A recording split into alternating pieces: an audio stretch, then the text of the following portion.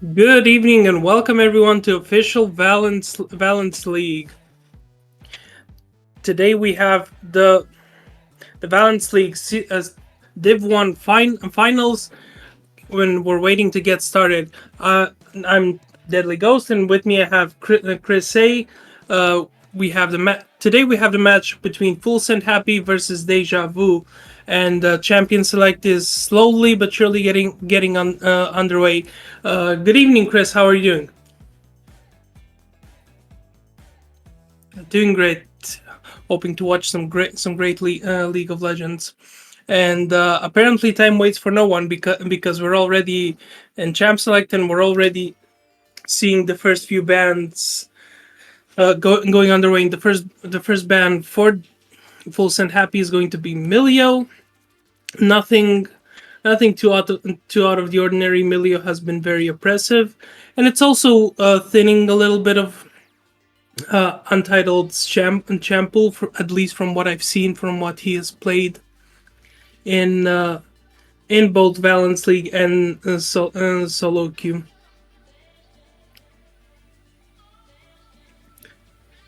On the Go ahead. Oh god.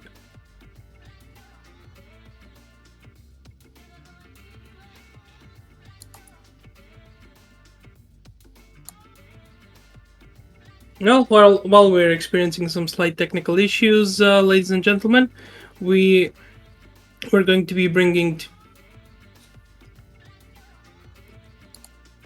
going to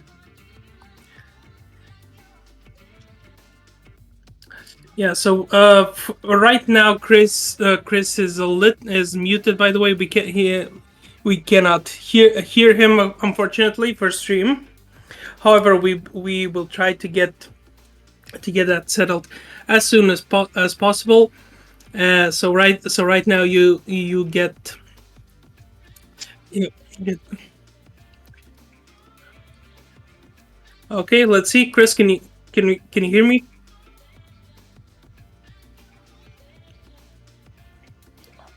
Okay. Okay, I did it. Holy fuck. I mean, yeah. Okay, let's go. There we go. I think Chris, you can hear me. I can hear you, and I stream can hear both of us. Yep.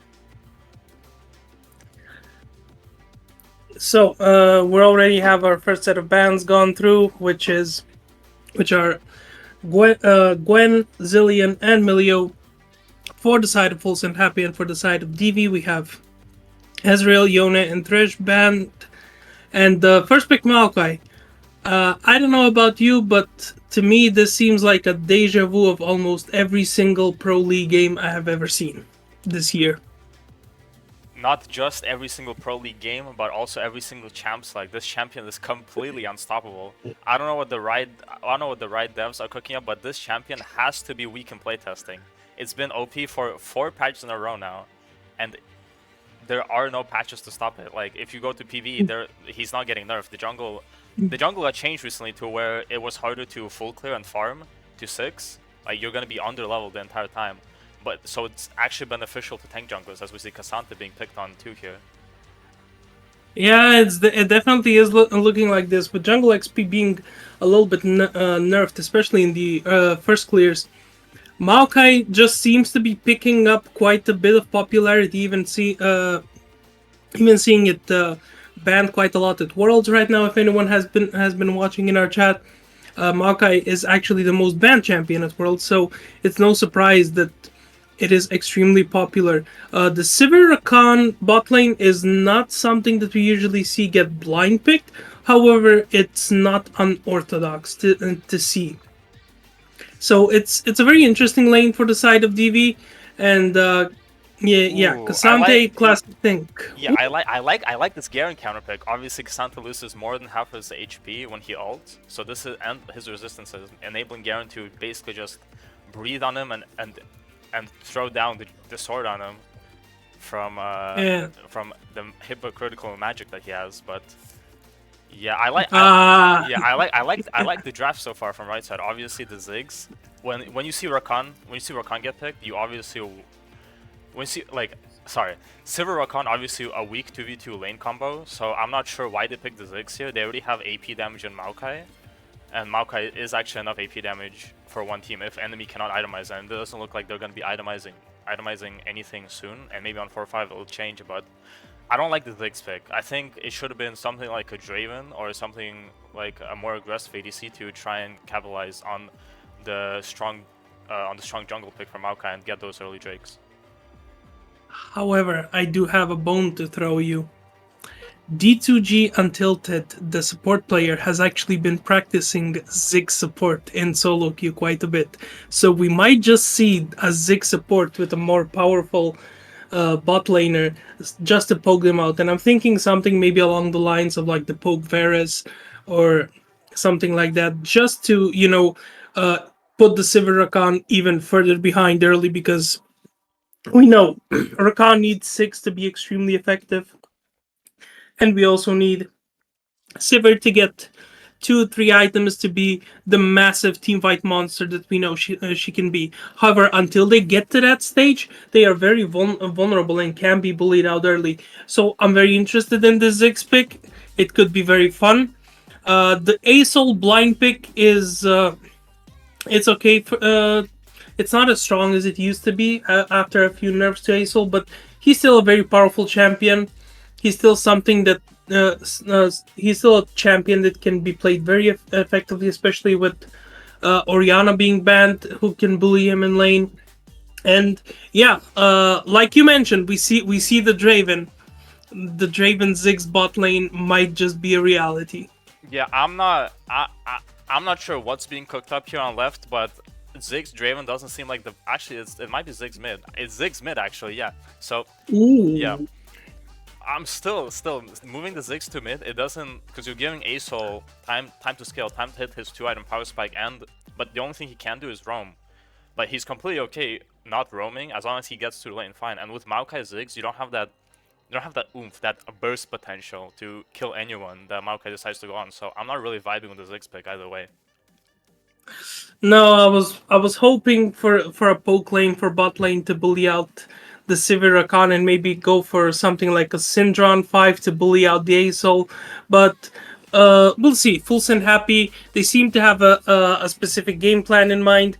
And the last pick from the side of DV will be the Trundle. We don't usually see jungle being the last pick on red side. However, they wanted this counter pick for DV for their jungler, and Trundle actually makes a lot of sense when you're up against two tanks that want to stack up quite a lot of resistances. You take one of those tanks away, and suddenly your team fight is looking much better. Say the Trundle ults the Maokai, and if the Cassante ults and the Garen can burst them out, suddenly if you're DV, you're liking those odds in the team fight.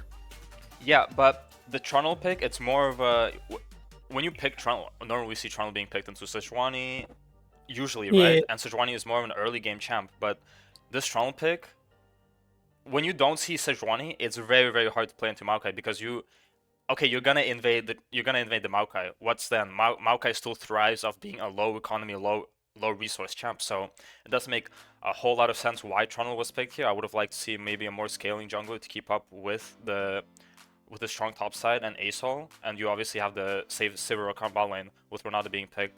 As long as Rakan doesn't engage, this is completely fine. I don't like this Trundle pick at all. I think it's very fraudulent and doesn't do anything to stop what Maokai wants to do in the early game. Yeah, I can definitely see your point.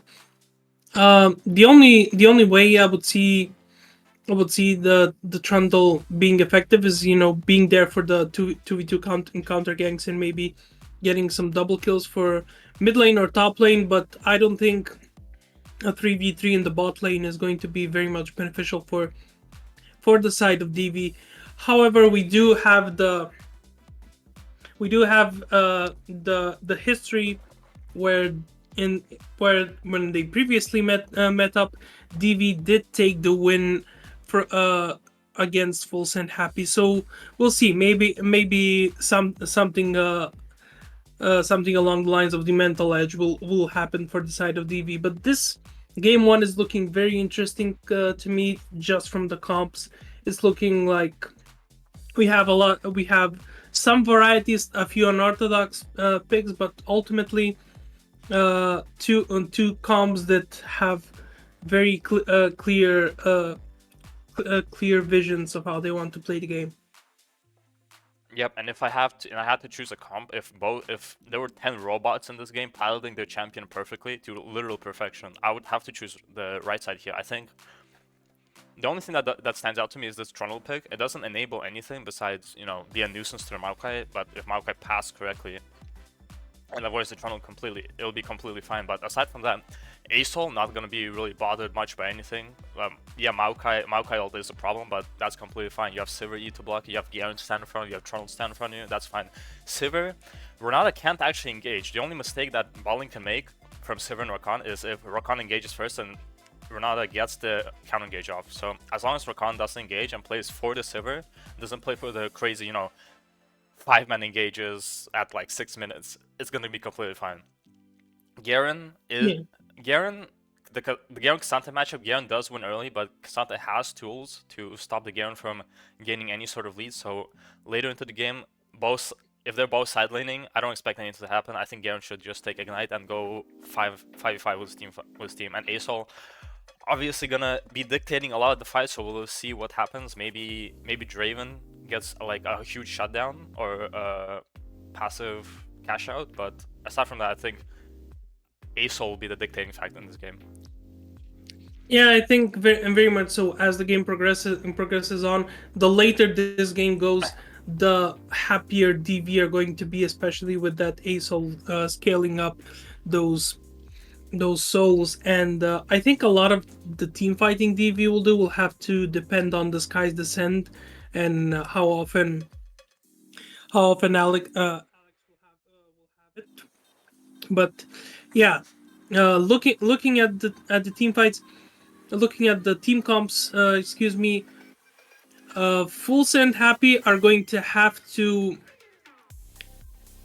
pull off an amazing early game, especially for this bot side, because if this Draven and Renata get put behind by the Sivir Rakan, I don't see a way in where the mid game or the late game can go fully in Fullsend's favor, unless some amazing Maokai ults happen or some K'Sante flanks take out the enemy team. It's a very difficult comp and to play if you're put behind. So Fullsend going for a little bit of a riskier play with the early game focus. Yep. And as I try and get the production quality to match what I'm being paid for, which is none. Yep. So you're gonna have to cast what's happening by yourself for like just 30 more seconds. Nothing serious is happening yet. Anyway, looks like standard 5 points for both teams. Everyone is just trying to be a little bit more careful. It is a best of 5. It is the final, so I don't think people want to be making mistakes and making some early game plays that would cost them the game. We already see a little bit of an invade happening for the side of DV. However, outside of a little bit of gold from the first strike for the Asol, nothing big is happening, and it looks like it's going to be red quadrant starts for both of these junglers, and the pathing seems to be very, very standard. And there's also a red side ward on the blue buff of the Maokai, so they're pretty much going to know where this Maokai is starting in the red quadrant. I don't think Fullsend Happy have that luxury. However, I think they can pretty much make an educated guess of where this Trundle is starting based off of his positioning. And this is a very interesting level 1, and it's an interesting tactic. But like we said, this is going to happen for this Fullsend squad. They're going to have to be aggressive in the early game. They're going to have to get the early trades, the early leads, because if they don't, they're going to be put very behind. Yep, and I mean, they should have expected this. Draven Ronaldo level 1 is absolutely nasty. I mean, you're playing Sirocon as something happens here. Ooh, that is a very interesting. That is a very interesting trade. The flash getting expended from both Untilted and the Sivir. So this is a very difficult lane already. A flashless Sivir that's getting put behind is not going to have a fun time in this lane. Yeah, but I mean, just a completely nervous flash right there. The Rakan did start this 30 to try and mitigate some of the early game damage as heal has to be burned. Draven flash to try and kill the Sivir, but Rakan E saves her. Maokai is here for the dive. As first blood goes over to the Trundle, Maokai has to flash, still ends up dying to the Rakan. Positive elixir trade for the Draven. Sivir does end up missing that huge wave bot. Trundle does collect it, but in the end, Draven is just gonna get stronger and stronger. Yeah, this is two assists for the for the Sivir, one assist for the Draven. Draven does not get an early cash out, but that wave was pushed in, so the experience advantage is going to be on Fullsend Happy's side. So this is a very difficult early game. Nice cover by the Trundle on the counter gank, preventing the dive, and also very nice play on the grand entrance from anti-exhaust from the Rakan. The early game certainly not going terrible for DV, but that dive certainly could have been much worse for them if the Trundle was not there for the counter gank. Yep, and we're gonna see, nothing happen topside. Garen is pushing the wave. As he picks up this cannon. He is a little bit low, but Garen passive shoot heal him up as long as he doesn't get touched by Xante, but not the way I expected this matchup to go, to be honest, as Maokai is here, gets spot on the ward. Maokai actually takes it, but nothing's gonna end up happening. The wave is pushing away from him, but yeah, Garen should miss out on a medium chunk of XP. Yeah, just have the wave of XP is going to be taken out. However, it's a Doran's shield, it's a Garen, and the passive healing is going to come in very soon. So not a lot is going to be missed. But yeah, I was expecting this Garen to be much more aggressive in the early game, and instead we're seeing this Xante have a much bigger impact and control of this laning phase, especially early on. But we're seeing a gank happening in the bot lane again. Grand Entrance is going to be hitting on Draven. He has no flash but has cleanse. He's going to be hitting the axes, picking them up, trying to chunk the Sivir. Gets the Ronaldo W on him. Gets the Sivir actually, no spell shield, doesn't block auto attacks, as Trundle and Rakan have to walk away now. Oh wow, and this is a disaster because this is going to turn into maybe 2 kills. Draven actually ends up dying. Ronaldo W ends up running out. She might get run down here by the troll. As he puts down the frozen domain. Yep, frozen domain. I knew it. I just wanted to see if you knew it as well. Yep. The frozen domain and the troll with the plan does get another double kill in the bot lane. 3-0 start for this Trundle that's going to make up this. That's going to make this early game very good for him. The Draven getting a kill in the early serrated Dirk is definitely not something the side of DV want to see. However, the Sivir is going to be getting all this very stacked wave. She's going to be actually ahead in CS, and that XP lead we were talking about is now gone because they're the same level. So this is definitely a lane in which the Sivir has recovered, is equal on CS, and will actually get ahead if they manage to catch all of these lane minions. So this early game is certainly not going the way Full Happy wanted it to go for this bot lane. Yep, and I mean, the Serrated Dirk is just gonna be hurting so much. You saw the two auto attacks from Draven's axes hit her on the tower, chunked her out for a fifth of her HP. Also, one thing I want to point out is the early Tabby's fight, as we might see a solo kill. Doesn't go all out here. The Troll King is here to mitigate some damage being done to the Garen. Tron should just back off as he does so. Yeah, and he used both of his summoners in the previous engage, so I think it was. Oh wow, that's a nice gang, by the way. Yep. Nice gang, nice 3-man. Realizing that the Cassante maybe had some kill pressure on this Garen here, so they make it a 3-man. Alex manages to hit the Azol ult, get that stun going. The Trundle gets another assist. The judgment of Demacia is brought upon Cassante, and Garen gets a kill, which is surely going to make this lane much easier for him than it has been in this early game. Yeah, I mean, but that Azol roam comes at a price. You saw he missed maybe a wave and a half. If you look at the CS numbers, Ziggs is up 10 CS and a half a plate up.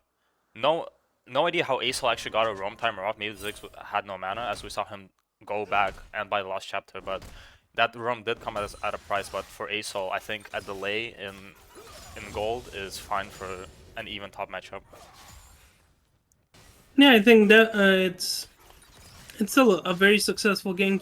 He didn't waste any summoners because you have that Azol W that can allow you to roam around the map more effectively, and he is catching the wave right now, so it's not too big of a net loss for this Azol, but it's still a little bit of a CS lead for the Ziggs, which is coming out on the and another gang. Ooh. The carpet covers all three. Troll King runs down Draven. Maybe, the Draven is just completely dead here. As Ronaldo W is popped, no takedown gonna be reviving him.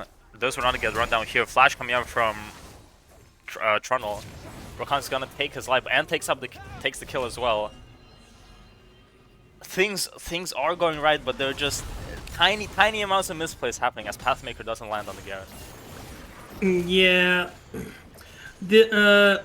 This bot lane of Fullsend Happy is trying their damnedest to make a 2v2 kill happen. However, because the Trundle is there to counter gank again, it's a 3v2, so it's not a very easy situation. Getting the counter gank, the Renata W is a little bit early, but still to pop up does not manage to get a kill, and we see it. It's a gank, and I think everyone has experienced a solo queue game where the enemy jungler just seems to be always there when you're trying to make a play in the 2v2, and slowly but surely we're seeing a gold lead creating for the side. As Cassante goes down, Q3 is up, Ooh. has to ghost, Pathmaker being popped, doesn't end up hitting. NATO lands on the Cassante, as Cassante goes all out right into Maokai. Delivery, USPS, Express, as Renata goes down as well. Silver running down the Draven, no access. Can't pop the W. Tron smites, they're gonna end up diving. Rakan Grand Entrance Flash does end up missing, as... How big of a cash out is that, by the way?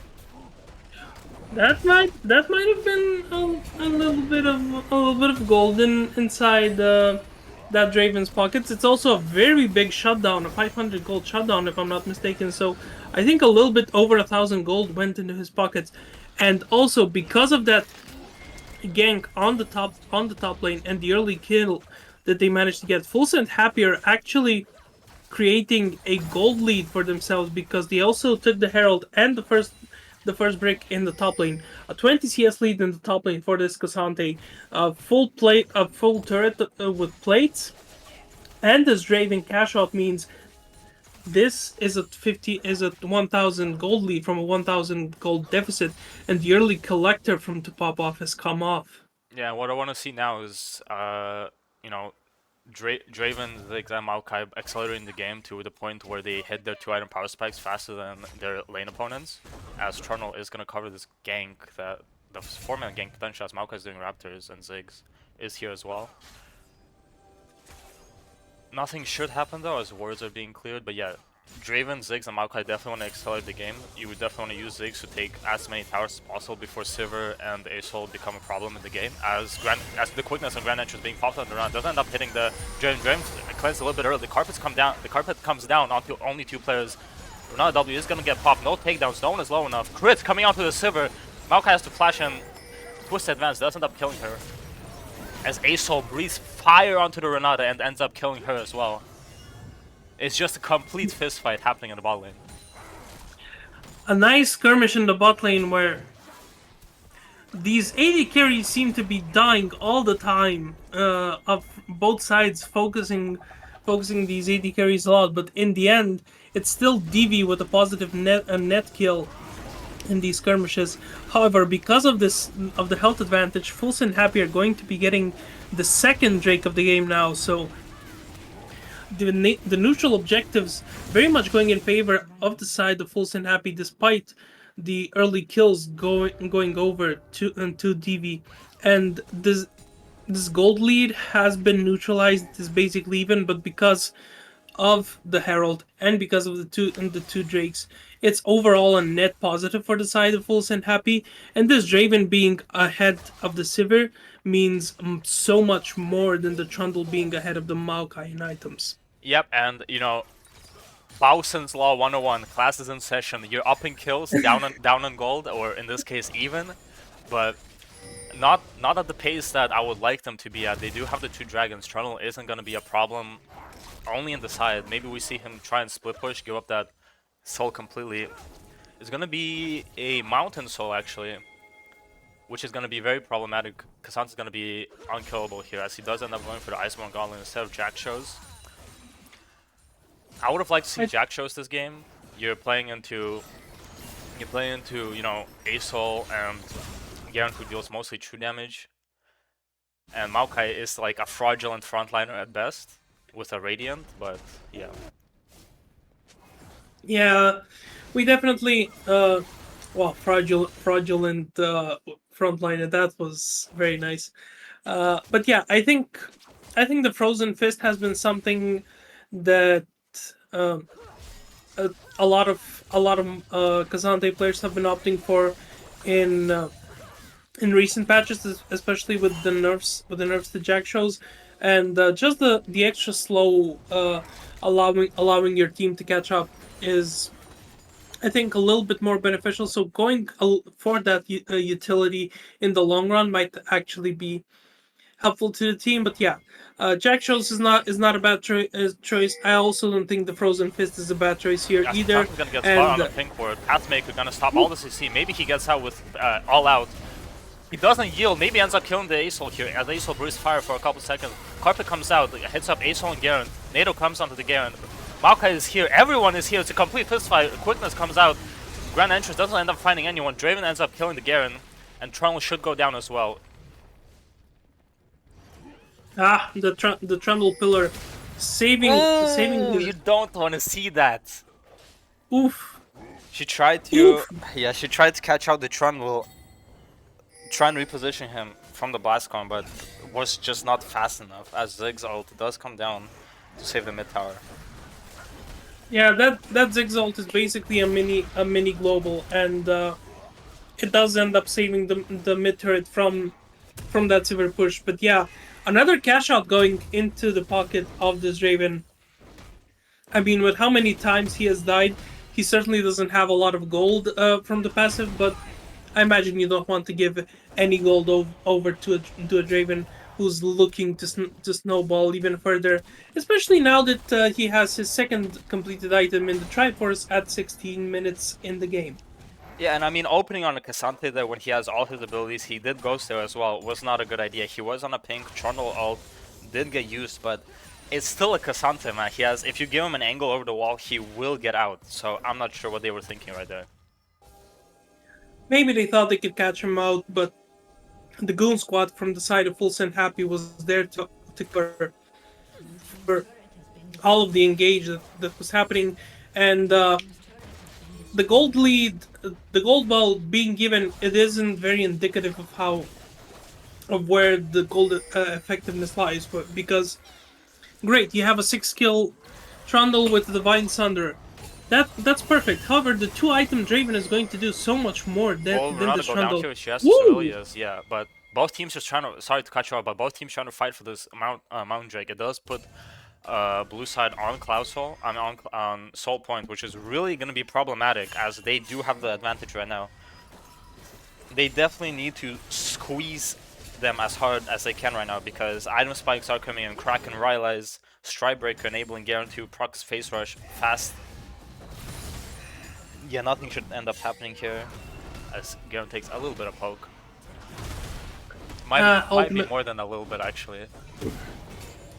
It's ultimately a wet noodle fight because Garen passive heals up everything up to full, and there were a few cooldowns that are actually being used to poke out the Tornado, but a quick back does bring her back up to full, and she is back for wards as well.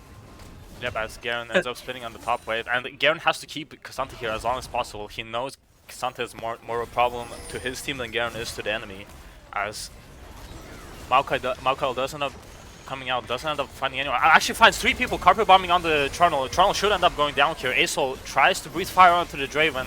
No Renata W save him. Rakan does end up picking the kill. The Trundle is still alive. K'Sante is here. Did TP. Garen's split pushing top still with no TP. Rakan has to flash defensively. Asol is trying to breathe fire with Rylai. He's trying to slow down anyone as much as possible. And Zig's mines are going to come out to stop any form of steal maybe trying to happen or position, as they do walk away with a soul point. Okay, so that fight was a little bit of a cluster fudge of plays, a comedy of errors, one might say.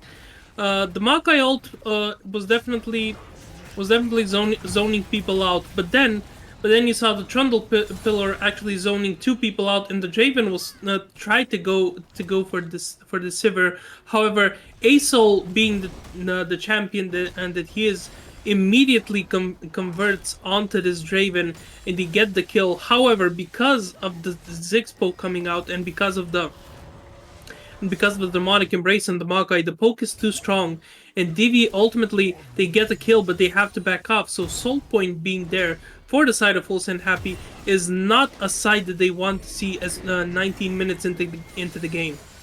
Yep, as they're gonna use Herald to pick up this tier 1 tower in the mid, it should end up crashing into tier 2 as well. Asol's here actually, maybe it doesn't. As he places, I don't even know what their ability is called, man, like... Shurelius has to be used. Maokai ends up walking on a sapling. Maokai ult does come out. Does the Find Trundle? It does, but I don't think there's any follow-up. No, the Asol ultimate came out there, it stunned 2 people, so you couldn't actually follow up on that thing, Maokai engage as Fullsend Happy. So all the members on DV live to fight another day, and this top lane has definitely been going a little bit more in favor of the Garen, but it's still looking like ultimately it doesn't bring any solo kills to the Garen yet. Yeah, and I'm not a fan of the macro decisions being from both sides here. Trundle, they're triple sharing XP, both teams. Yeah, they're triple sharing XP in mid. When Maokai's, all of his 6 camps are up, there's nothing to do. You don't have Maokai ult, so there's nothing to pressure. If Maokai wasn't greedy there and didn't end up using his ult on the Trundle there, it would have been a Baron angle with... Because K'Sante is top, he does have the TP, yeah, so he wants to brawl it out. A full 5v5 with Garen there as well. So we're gonna see both teams trying to take a Baron. As flash from the Garen, the Strike Breaker hits 3 people, he spins onto everyone. Doesn't do too much damage as Trundle does end up using his ult on the K'Sante. Ziggs out of position, no W, gets silenced. Demacia! The quickness come out. Oh my god, the carpet bombing everyone, 4 people at once. Exhaust being used onto K'Sante, why? Asol is here, why are you here, Asol? What are you doing? What's happening? Both mid laners just being caught with their pants on fire. Trundle is gonna frontline, gonna try and get the Maokai. Does end up hitting him. Draven is gonna be hitting everyone. Maokai is gonna come out. Defensive flash from Maokai ends up hitting 2 people. Garen does have the HP to make up for it, as Demonic is gonna take away into Sivir and Rakan. Well, that was certainly a team fight of all time. The the initial engage was very interesting and was very good from the side of DV. However, the Trundle pillar ended up actually being detrimental to the side of DV, where it prevented 2 of the members from following up on that Garen engage. And then, for some reason, I think that's Edu and Scissorfeed decided to go back in and try to poke out the Garen, but I think he forgot he's fighting a Garen that can close the distance in 0.5 seconds once he uses the Q. So he got jumped on, and then Alex had disguised the send fully prepared, and maybe he thought he can get an engage going. However, what he failed to realize is that mid turret was still up, so he just got Maokai rooted from the twisted advance and got killed off by that turret. So in the end, both mid laners going for very aggressive plays and getting extremely punished for it. Yeah, as both teams are going to try and take control of this dragon, Maokai is heavily misplaying his champion identity, as Ziggs might go down here. Huge burst coming out from the ASOL as he breathes fire on him. Garen might be caught out here. No, Cassante does end up going on to... Trundle does end up going on to Cassante. Carpet bombing, gonna try and find all of red side. Maokai does end up coming out as well. Ends up finding everyone too. The quickness coming out. Huge flash engage from the Rakan, and it's lights out for blue side. Maybe no, Cassante tries and kills everyone. Goes all out on the ASOL. Rakan, can Cassante get over the wall? He's waiting for the CDs. Maokai is going to try and survive. Draven is still here on 1 HP. Is anyone going to try and flash for him? No flash available. Cassante Garen is trying to be a bit greedy here. Hullbreaker is giving him the extra armor and the mod because no teammates are here. And that should be Dragon mitigating losses. A mitigating victory. Oh my, another very close fight on the side of... On both sides, actually. We did see another engage, but this... Cassante, what are you doing here? You don't have all out. You do get exhausted, but...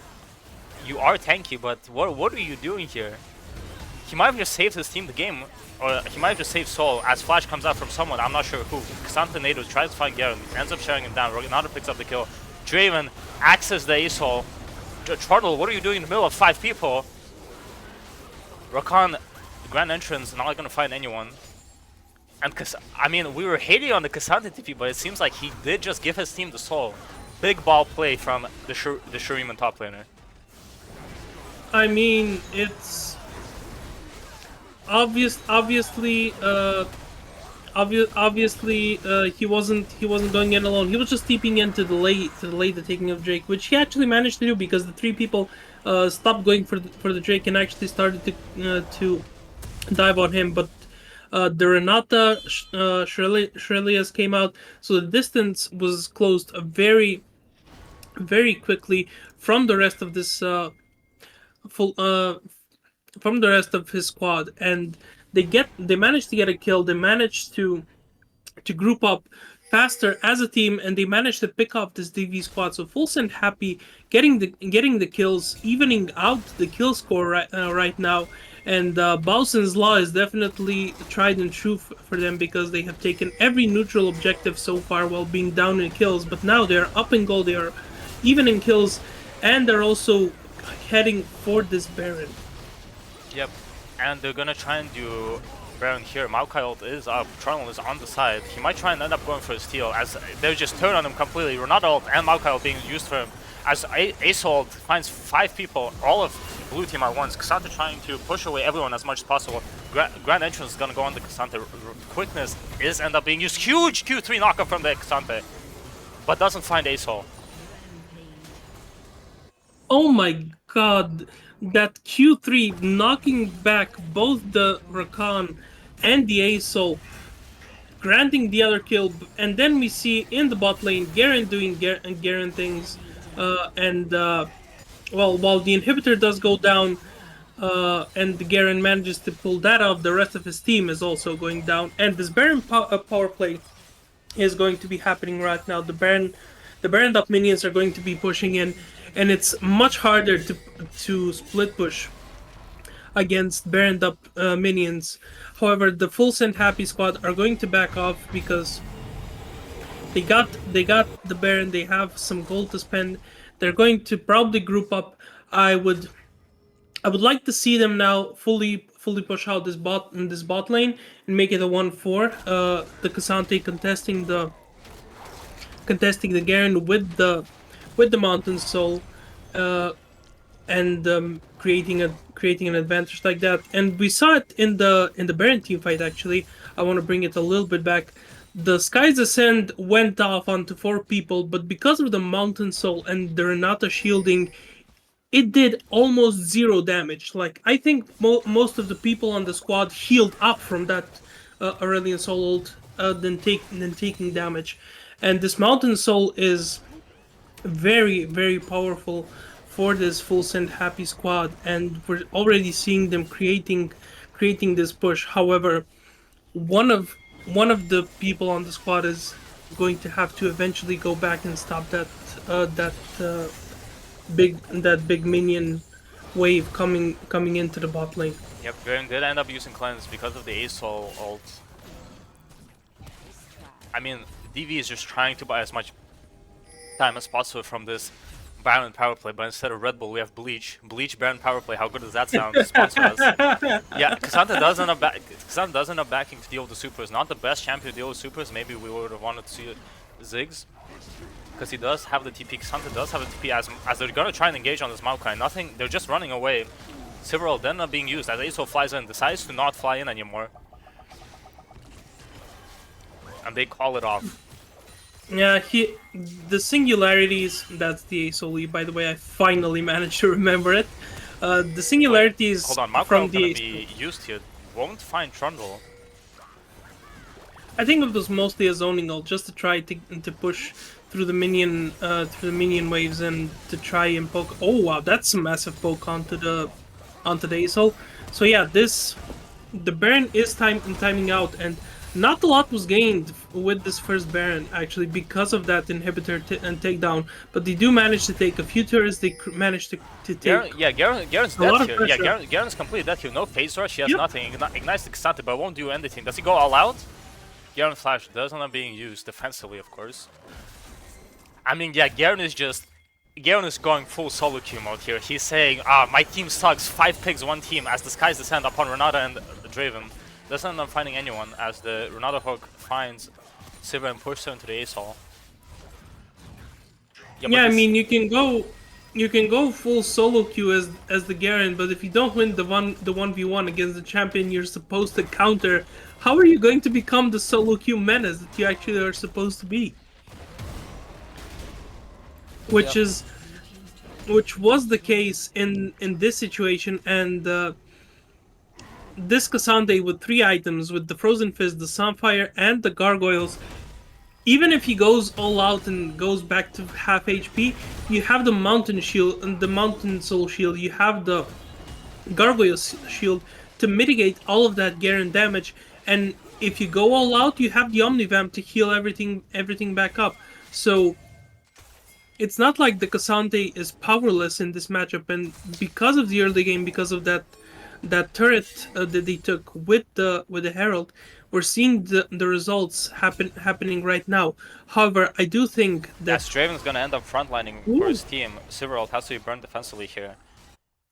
But yeah, if I'm being completely no flame, right? No flame, but yeah, they are taking this Elder, but they could have ended the game by now if Maokai was just a little bit better. He keeps being extra greedy and using Maokai to try and find one person. But imagine if he used it a lot more situationally, more instead of a catch tool, he used it as a utility tool, combine it with the Renata carpet. As they're gonna be sieging top lane here. I didn't even know this was happening whilst they were going for the Elder. Singularity gonna be popped on the Ziggs. He's gonna be taking massive damage. Pathmaker doesn't end up finding anyone. Force the Assault flash. Carpet bomb is gonna go out. Renata had to flash for it. They're gonna end up taking the Baron. Rakan is just gonna completely accept death right here. Not gonna flash. Good good on him for not using flash.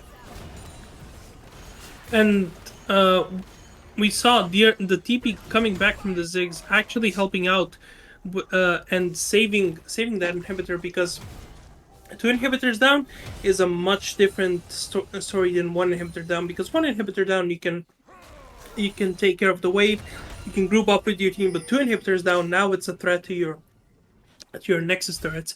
Now you have to be more mindful. However, the Elder does go down in the favor of Fullsend Happy, but they're going to have to use it very effectively. They're going to have to do more than they did with this Baron, because this ASOL is ramping up stacks. Despite of the low impact early game that he had, he is still an ASOL. He does infinitely stack anyway, so the longer this game goes, the more Fullsend Happy extend this game, the more dangerous it is going to be for them to get one shot or collected by this ASOL. And mamma mia, that's a 1500 shield.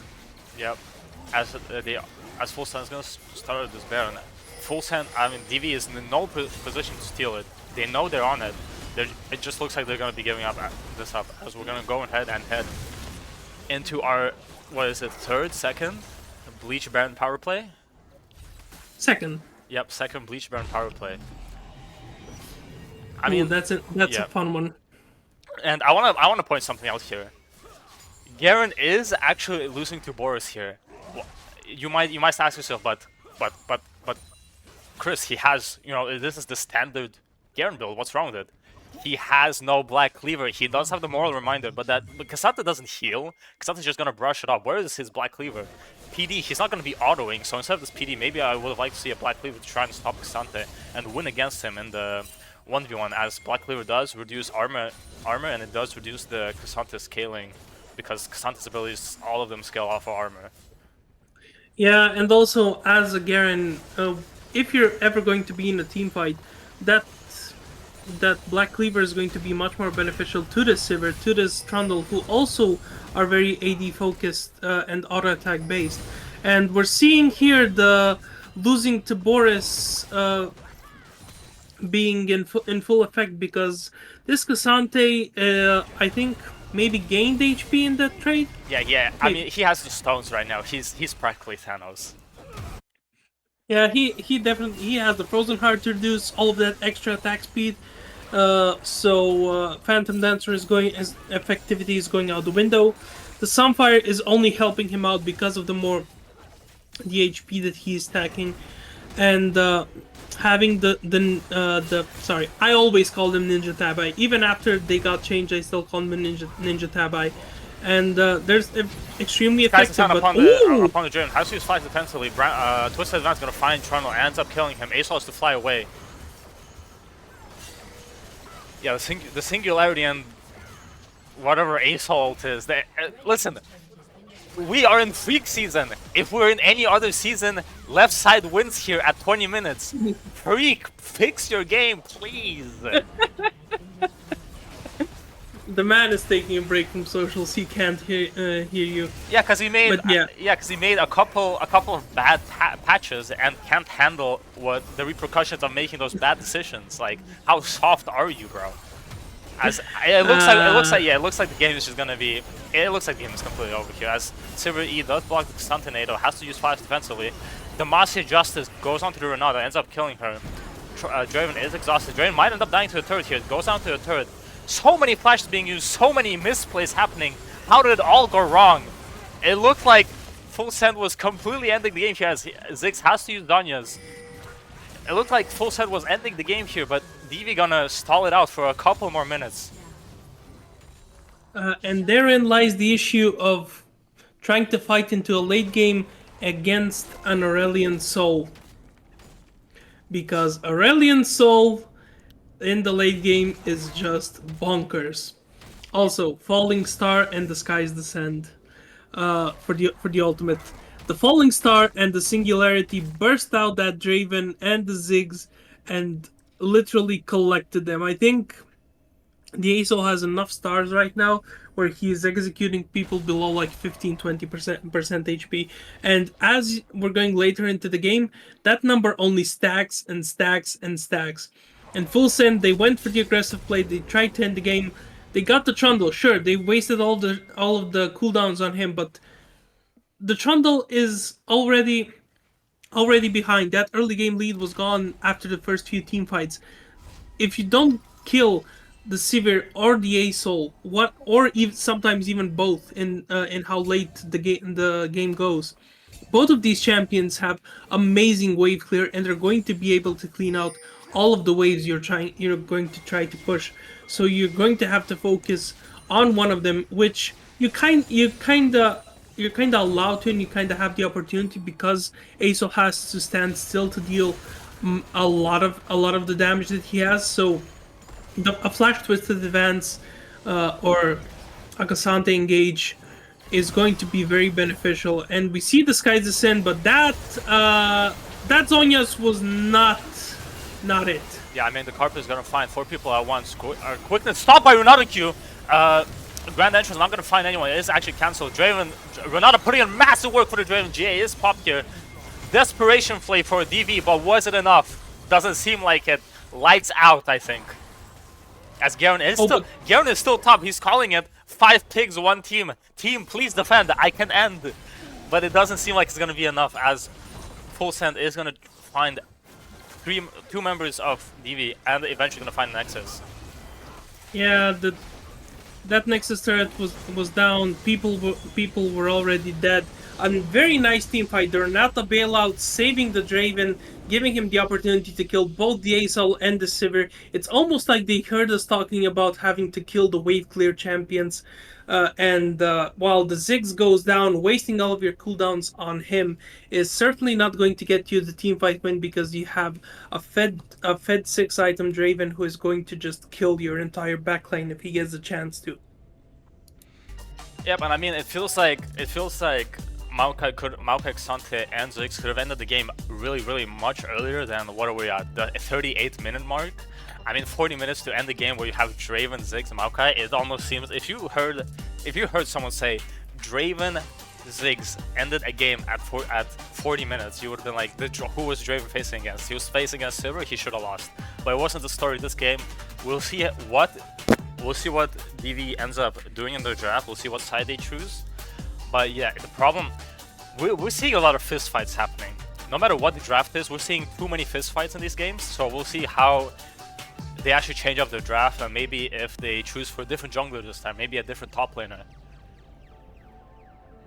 Yeah, something definitely needs to change in game 2. Some draft needs to be a little bit different, or this early game needs to be a little bit more different for DV, because I think the bot lane definitely had no issues. The Trundle was there for the counter ganks all the time, but this Garen counter pick did almost nothing into the Cassante.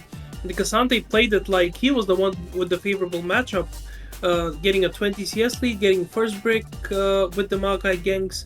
You know, he had to get 3-man ganked just to get killed, and even then they didn't manage to turn that into turret platings or kills. And while the only good thing you did was like take out an inhibitor in the bot lane, Fullsend were definitely content with just taking it a little bit slow, taking the Elder, taking the second Baron, and pushing their advantages. Yes, they did get aced in the base, but it was clearly a one-time mistake that they did not let happen again. Yep, and hopefully we'll get team icons soon, as you can go ahead and take your break, and we'll end up joining for game 2.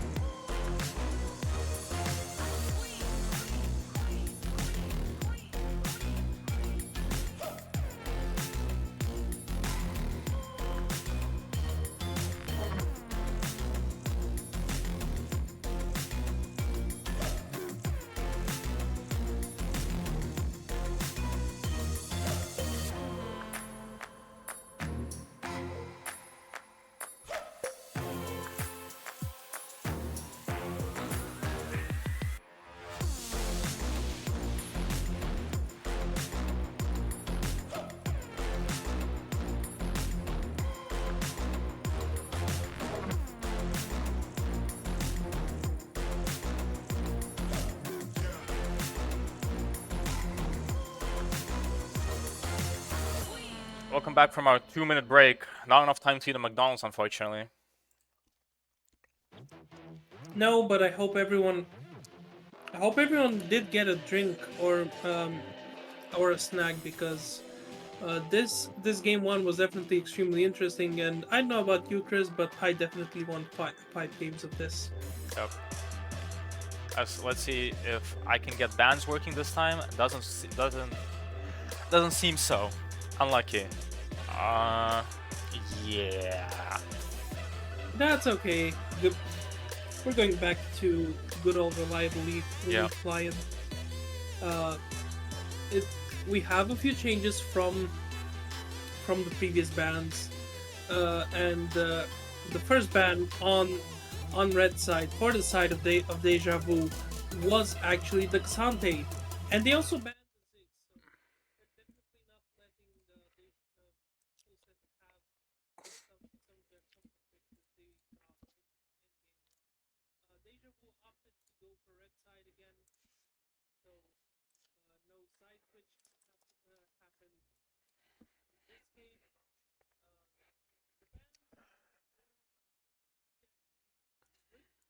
the Gwen ban was changed for the J4 ban, and we have the Zillion and the Million getting banned. And oh, that's an aggressive walk. Yeah, Ivern.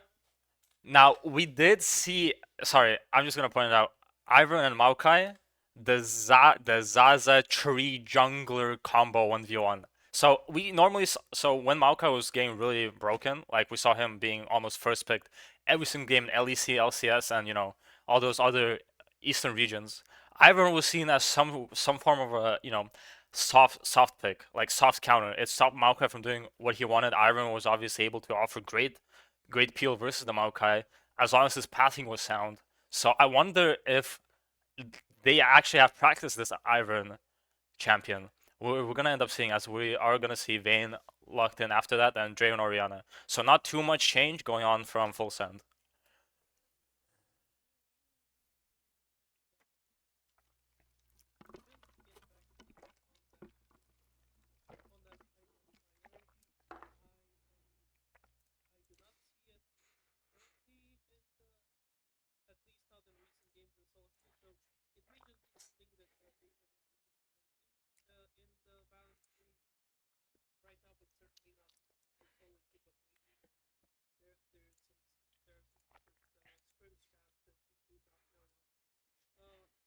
Changing up the Ziggs for the Oriana is perfectly fine.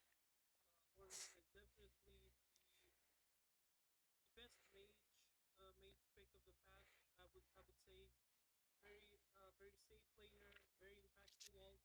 You have the Maokai to offer that great ball delivery system, and you still have good fighting with the Trave and with the Oriana. As we get into the second round of bans, and Renata getting banned from Deja Vu actually. Yeah. They did not. Yeah, and I mean, good. That's a good good ban. Stops Renata stops the Azir from engaging. Gives her team a couple of seconds to gather what's going on in the team fight and escape. But we can only hear one of you. Whoops. Is that just me being audible for stream? Hold on. No, that's me. Sorry, chat. Small production issues happening. Bear with me here. There we go. Okay. Tiny, minuscule production issues. We are very sorry for the technical difficulties, but it is what it is. We're trying to do our best to work through these technical difficulties. The Renata actually is a very nice pick. It helps out the Vayne. It offers a lot of engage. It offers follow up to the Azir engage with the Magnet Storm. It can also be the start of an engage. Oh. Don't tease me like this. By the way, I want to talk about the red side pick. Right, we saw Garen picked 1, 2, 3 on red as an answer to the Garen, and now both top lane champions their prior has fallen significantly to the after the second ban phase. So what I assume happened from DV was the Garen had enough. He has had enough of what happened last game and said, you know what, I am the main character. Let me take control of this game. Because when you pick red, right? Obviously, left has to finish their drafting before you, so he's preparing for a counter pick. And Renekton, strong champion, hasn't been nerfed. I mean, if you want to count that 4 MR nerf, as a nerf, you know, go ahead. But we'll see what. Actually, he's going to go ahead and remember that. Wait a minute. We'll see what he cooks up here. Nasa's strong counter to the Renekton. Post 6, strong counter. I'm liking this. He has gone full 5 picks 1 team, if you don't mind me saying it. But yeah, so we saw Rel picked into the Draven. I don't like this Rel pick. If the Draven is smart, he will save his access to throw out the Rel, stop her engage. But if the Rel does end up getting her Q off, we'll see how that team fight goes. But again, strong ball lane from Fullsend, strong mid laner. What I don't like though is the Azir counter pick. We saw Ori pick, and then they were like, you know what? A lot of people are saying Azir is good into Arena. Let's see how it goes. But currently, if you haven't been following Worlds this year, Azir is currently 0-7 versus Orianna. That's right, 0-7. This is once again a fraudulent counter pick. So yeah. Azir does have the range advantage. However, Orianna doesn't need too much in the early game. She can take a few unfavorable traits in terms of being even in farm, because as a mage, her only weak part of the early game is having mana issues, and when she gets to Lost Chapter tier, those mana issues become a thing of the past. So as the Azir, you would have to expend quite a bit in order to chunk out this Orianna and in order to gank her. But guess who has a point-and-click CC? That's right, Orianna's jungler! And he's also a very good ball delivery system, so you can try to get away from that Maokai, but he will bring you back with the Bramble Smash, I think it was the Q. Yep. Don't quote me on that. But yeah, Twisted Advance, the Maokai Q can bring you back, and after 6, the ult can also catch an Azir out, so this Orianna can have some very good shots at using the ult and not getting many sombreros out. Yep, and I mean, again, double AP from Fullsend once again. I'm not liking it. Obviously, Maokai is a good ball delivery system, but what if Maokai wants to engage on people that are a screen and a half, 2 screens away? So, and the Orianna ball obviously has a limit. So I'm not really liking this. Maybe you would have liked to pair Maokai up with a different jungler this time. I mean, sorry, Maokai with a different mid laner. But yeah, same draft composition from Fullsend, and DV obviously switching it up a bit with the Nasus. We'll see how strong of a Nasus he is. See if he's practiced as champion. I think in team fights, both the Orianna and the Maokai maybe are going to look towards the Vayne, who is a little bit more of a short-ranged carry, who is going to look to go in with the tumble to try and get onto that backline and shred those Fullsend champions. So there is some targeting going on, but yeah, I do agree with you. Maybe something like actually the Rel would have been more interesting for the Orianna. But still, I'm not hating the pick. You have the Nautilus, you have the Maokai. It's a classic, a tried and true pairing that has worked for the last, I don't know, 10 patches now in teams. But I am seeing some counterplay being available for the side of Deja Vu, and I think again the side of Fullsend Happy have gone for this very strong early to mid game team that wants to get ahead, because if you don't get ahead as the later stages of the game come out, when the Nasus gets 500 to 1000 stacks on that Q, you are going to have a much more difficult time. So everything pre-6 and up to level 6 is going to have to go near perfect for the side of Fullsend Happy. They're going to have to get a lot of ganks onto this Nasus, maybe go for a few ganks for this Draven and try to get him ahead. Otherwise, it's going to be a much more difficult game for Fullsend Happy. Yep. And one thing I want to point out here is Nasus did end up choosing to go Airy. Now, I am not a Nasus, sorry, as I get the overlay on, I'm not a Nasus, like, enthusiast. But this doesn't seem like the most optimal rune choice.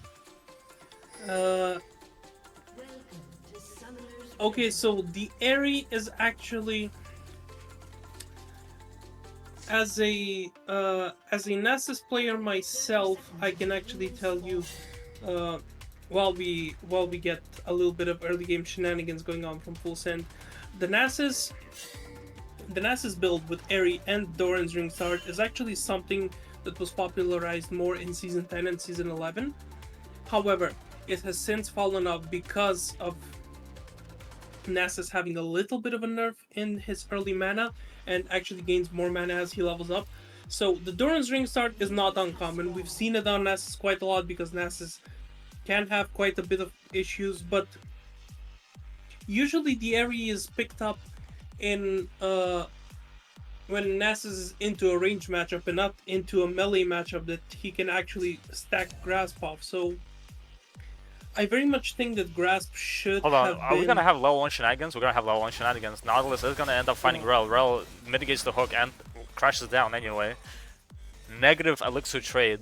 You wanna be healthy on Rel as much as possible. Yeah. Yeah, especially when you get that W shield going on for you. So very good early game trading. We also saw this in game Oh, 1 as good well. hook landing on the wow. Vayne!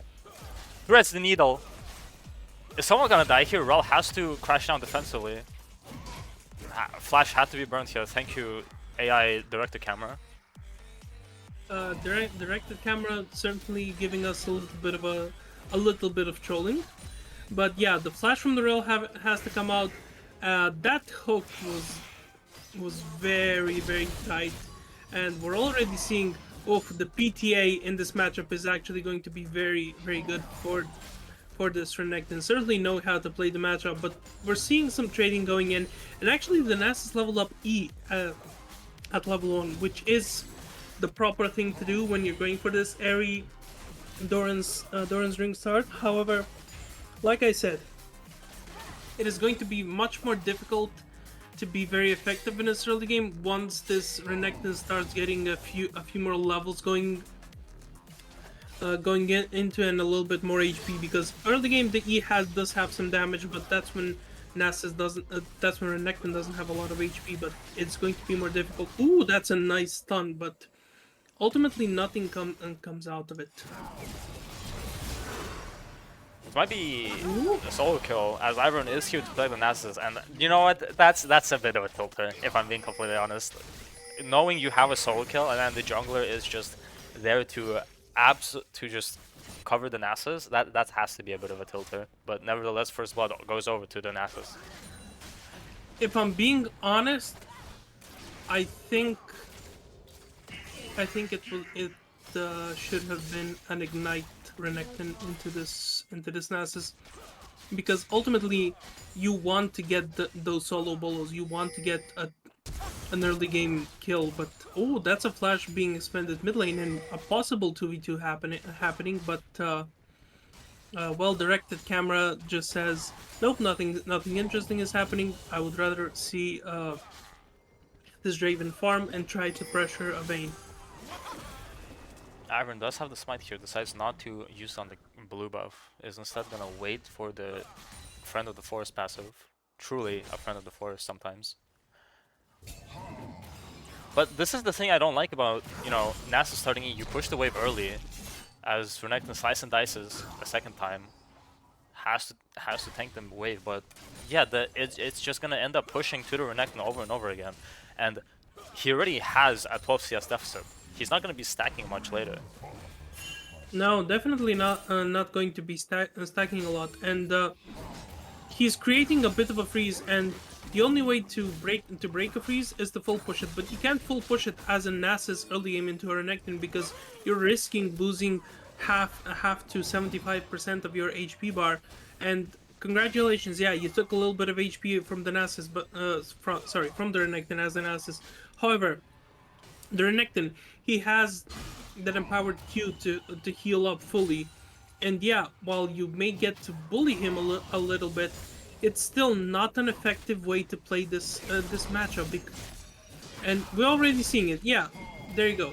Slice and dice, empower W, uses the Q to heal up, goes back out, and ends up with with more HP than this Nasus. Yep, and I mean, ooh, he is getting a bit low here. Flash coming out, slice and dice, not gonna get proc the second time. Oriana does end up picking up the kill, as he's just gonna rage ping the Renekton flash. Again, 5 pigs, 1 team. Once again, no MIA ping from the Azir. No, but the thing is, Huge hook coming out under the rail. She has to crash down behind the tower. Condemn has to be used defensively. Doesn't end up finding a wall. Maokai is here to possibly dive. This might be a dive on the... Misses the Bramble Smash. Maokai getting a bit too low here. Good flash redirection play from the... Taker! What was that? I see, I don't know what it's called. Shreeming Shuffle into the tower. Has to use Flash and TP though for that. Worth, I'd say. Flash and TP used for that ult, but oh, Alex managing to turn that gank around, and this is slowly looking a little bit like game 1 for the bot lane. However, the Draven does get that cash out. He does get a few early items going, and this Draven is going to have a nice early game going on, especially with an early kill where he didn't die before getting the cash out. This is dangerous. I wonder if Maokai enters. He can't. He just used Bramble Smash. He ends up picking it up anyway. It's a Jungle Kingdom. Draven finds one more person. Ivan gonna go down as well. Make way for Draven. It's a Draven game. Oh my god, that's a double kill from the Draven. That was a 3-man Oriana Shockwave following up from a twisted advance. The Iron Brush was a paid actor for the side of Fullsend happy because they did not see the ball coming, and the ball brought death. As a small trade gonna go out onto the Nasus. Renekton should look to re-engage here. He has no W. Does have Dominus. Maybe some shenanigans happen top, but Faker Shockwave did end up finding all of them. Yeah, and I mean Nasus just getting lower and lower here as one more skirmish gonna happen bot. Ivan has to spend so much time down here to possibly mitigate the losses of Cock. That's funny. The plates are going to be coming in for this bot lane, and a Draven with a 20 CS lead, a 3 kills to 0 kills, and some gold, and also an XP lead for this bot lane. This Draven is eating good. He's getting fed. I think right now he probably has a collector in base. If they don't end up stopping the back. They knew he was backing there, but unlucky timing. What I want to see from the Maokai right now is pressure this Herald. You're going to be walking on that pink right there. Ivan is going to be trying to match you, but do this Herald right now. Renekton is ahead. Nasus hasn't backed yet. He does have the Sheen, but you need to pressure this Herald as soon as possible to extend the gold leads you have on bottom top. Yeah, I mean, this Nasus is currently a non-factor in this early game. I do want to ask Chris if we can pull up the Nasus stacks maybe. Wait, Shockwave finds the Azir. Does he have a dash? He does. Shuffles her into the tower, or he has to burn Flash to get out. Ends up killing him anyway. Has just the slightest amount of mana to pull that off. The last command attack taking out the last bit of mana, and like we said, even though he has a little bit of mana issues, he does have. Wither gonna come out to the Maokai. Bramble Smash gonna knock back both of them, and yeah, you just can't move Maokai. You're not allowed to. Yeah. This could be a did- fight. He could pop dominance right now. Nasus hook gonna Nolus hook gonna find what's his name? The dog? Decane. Ivan has to flash out. He has nowhere to go in the pit. The Rel is here as well. Flash Q coming out. It looks like a positive elixir trade for Fullsend. Renekton dominance still going, still ticking. Azir is back here already. Thank you for the short death timers. You know who? Who ended up picking up the Herald? Ivan did actually end up picking up the Herald, and he got out of the pit because Rel saved him right there. Yeah. Well, short death timers have been in the game for quite a long time now, but yeah, definitely, a very weird sequence of events. We did say we wanted to see this Maokai go for the Herald, but we don't want to see you go for it in a Oh. 1v2 where you can get collapsed upon and die very easily. I don't think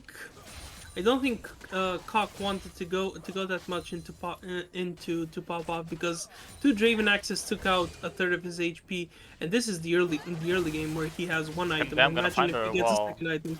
Yeah, but going back to the Herald play, I would say it's less of a Maokai, you know, he made the wrong call than it is, you know, Renekton completely betraying him. Bramble Smash gonna stop Rel from crashing down. Rel has to flash out of the shockwave. Maokai ult is gonna come out. Rel pops the Night Hunter, and they're just gonna get completely deleted here. Iron just a little bit too late. It's a little bit of a numbers disadvantage, one might say. You know, for V2. You know, maths were my thing in high school, and I do think I still remember 4 being greater than 2. Yep, and I mean, another dragon should go to Fullsend as Divi's Ballin is gonna head back. Rel is gonna try and finish that Radiant Virtue as soon as possible. Yeah, and it just looks like a replay of game 1, but a tighter early game from Fullsend. Much cleaner early game. I would say. Fullsend had a few more deaths on this bot lane. You know, the Draven Renata dying a little bit more, but it didn't matter because the one shutdown that they got in that game 1 on that Trundle managed to get them back the gold lead. And while Deja Vu are certainly contesting for this second Drake, Nolus are gonna always the threat of find getting Rel. Ooh. He picks it up again, outsmites the Rel with Bramble Smash Smite. Rel crashes down with the magnets. Twist Advance gonna find Vayne. She walks up a little bit too far. Maokai zoning the Azir, can't do anything. Rel in diaper form, can't do much here, can't escape, can't do anything. It's not Draven, it's Draven. It's completely Draven's game here. It's looking like upset right here. Streamer Shuffle gonna find the Orianna, not gonna do much though. No more, actually he has one more. Taking away. Does he have another soldier? Doesn't look like it. The phase rush is going to get popped. The 2 turret shots definitely helping out in that trade. However, not enough. But going back to that Drake fight, another fight where an Ivan Brush is actually helping out the enemy team, and a very nice engage from the Maokai ultimate into the Twisted Advance, into the flash hook from the Nautilus to start it all off. And when you have so much point and click CC against this Vayne, the Vayne can do nothing. You can just burst her out with a few Draven Axes or an Orianna Shockwave, and suddenly it's a very easy 4v5. And this is a 6k gold lead 14 minutes into the game. This is almost an insurmountable lead for the side of Fullsend Happy, and for Deja Vu to be able to bring it back, it would have to be a massive throw. However, this is League of Legends, and we know that anything can happen, and something might just happen. However, I don't see that happening very soon, or I don't think it would be very likely to happen, especially with how good this early game has been played from the side of Fullsend Happy. Yep, as Nas is gonna beat down the Renekton. Renekton choosing to rush Borg first. Gonna help versus the Nas, but won't entirely stop him from losing, as, you know, Nas is hitting that Divine Power Spike. Not gonna find the Oriana yet. He has Dominus. I think he's just Pops, happy yeah, pops the to. Dominus. Yeah, that's a ghost also expended on the side of this Nasus. So this is actually a net positive, and he's just biding his time. He's waiting for the Maokai to show up here, and the ward sees the Maokai, and I think that's a dangerous game. You shouldn't be going for that E. I think it's a little bit too dangerous to be staying there, especially when you know that the rest of the Renekton squad are here to help out. Iron Flash Ooh. Roost the Renekton can't do anything with the Fury he just gained. Maokai is gonna come out. Iron might go down here. Bramble Smash doesn't end up doing anything. Shockwave not finding anyone. Miss input right there, I think. Sapling Toss gonna slow down the Iron. Maokai was just a better tree in the end. And just like Ivern yells it out on screen, tree down. We do see the Renekton going down, but in all fairness, he didn't know the gank was coming. While he didn't see the Ivern on the map, he should have known that it was coming. He didn't know he was right there. So the flash route into the Nasus Q was just too much, and oh boy, this Oriana is definitely very strong, especially with the early game that she's had. And this Vayne has not had the most pleasant of games. Yeah, I mean, she someone get this guy off of Draven, please. You need to draft something that maybe you just ban it out completely, actually, because if this in game 3, if you give this guy Draven one more time, it just gives so many more angles to play around the ball lane. Yeah, I think it's almost reminiscent of how impactful Hansama was for G2 on Draven. You give him Draven, he is 95% likely to win the game. I think he only had like one Draven loss in this whole year, and this Draven in both of these games has been very, very good. To pop off is definitely very comfortable on the champion. He has played him a lot, and he certainly knows what he's doing, and knowing the limits of his champion in both of the games, having the game-winning play in that last team fight in game 1, and in this early game in game 2, popping off immensely, using the ultimate on that first Drake fight to turn it around after that amazing shockwave. It's clear that the pop-off has been the main carry of this team, and putting the team putting their trust in him with this Draven pick is actually the trust is there for a reason, and we see why, because he gets the early lead and he's able to carry these games for his squad. Yep, Pacey gonna pop out, not gonna do much. Gets bursted down immediately. Yeah, but we're just gonna see Nasus on side lane this entire game. He has had enough.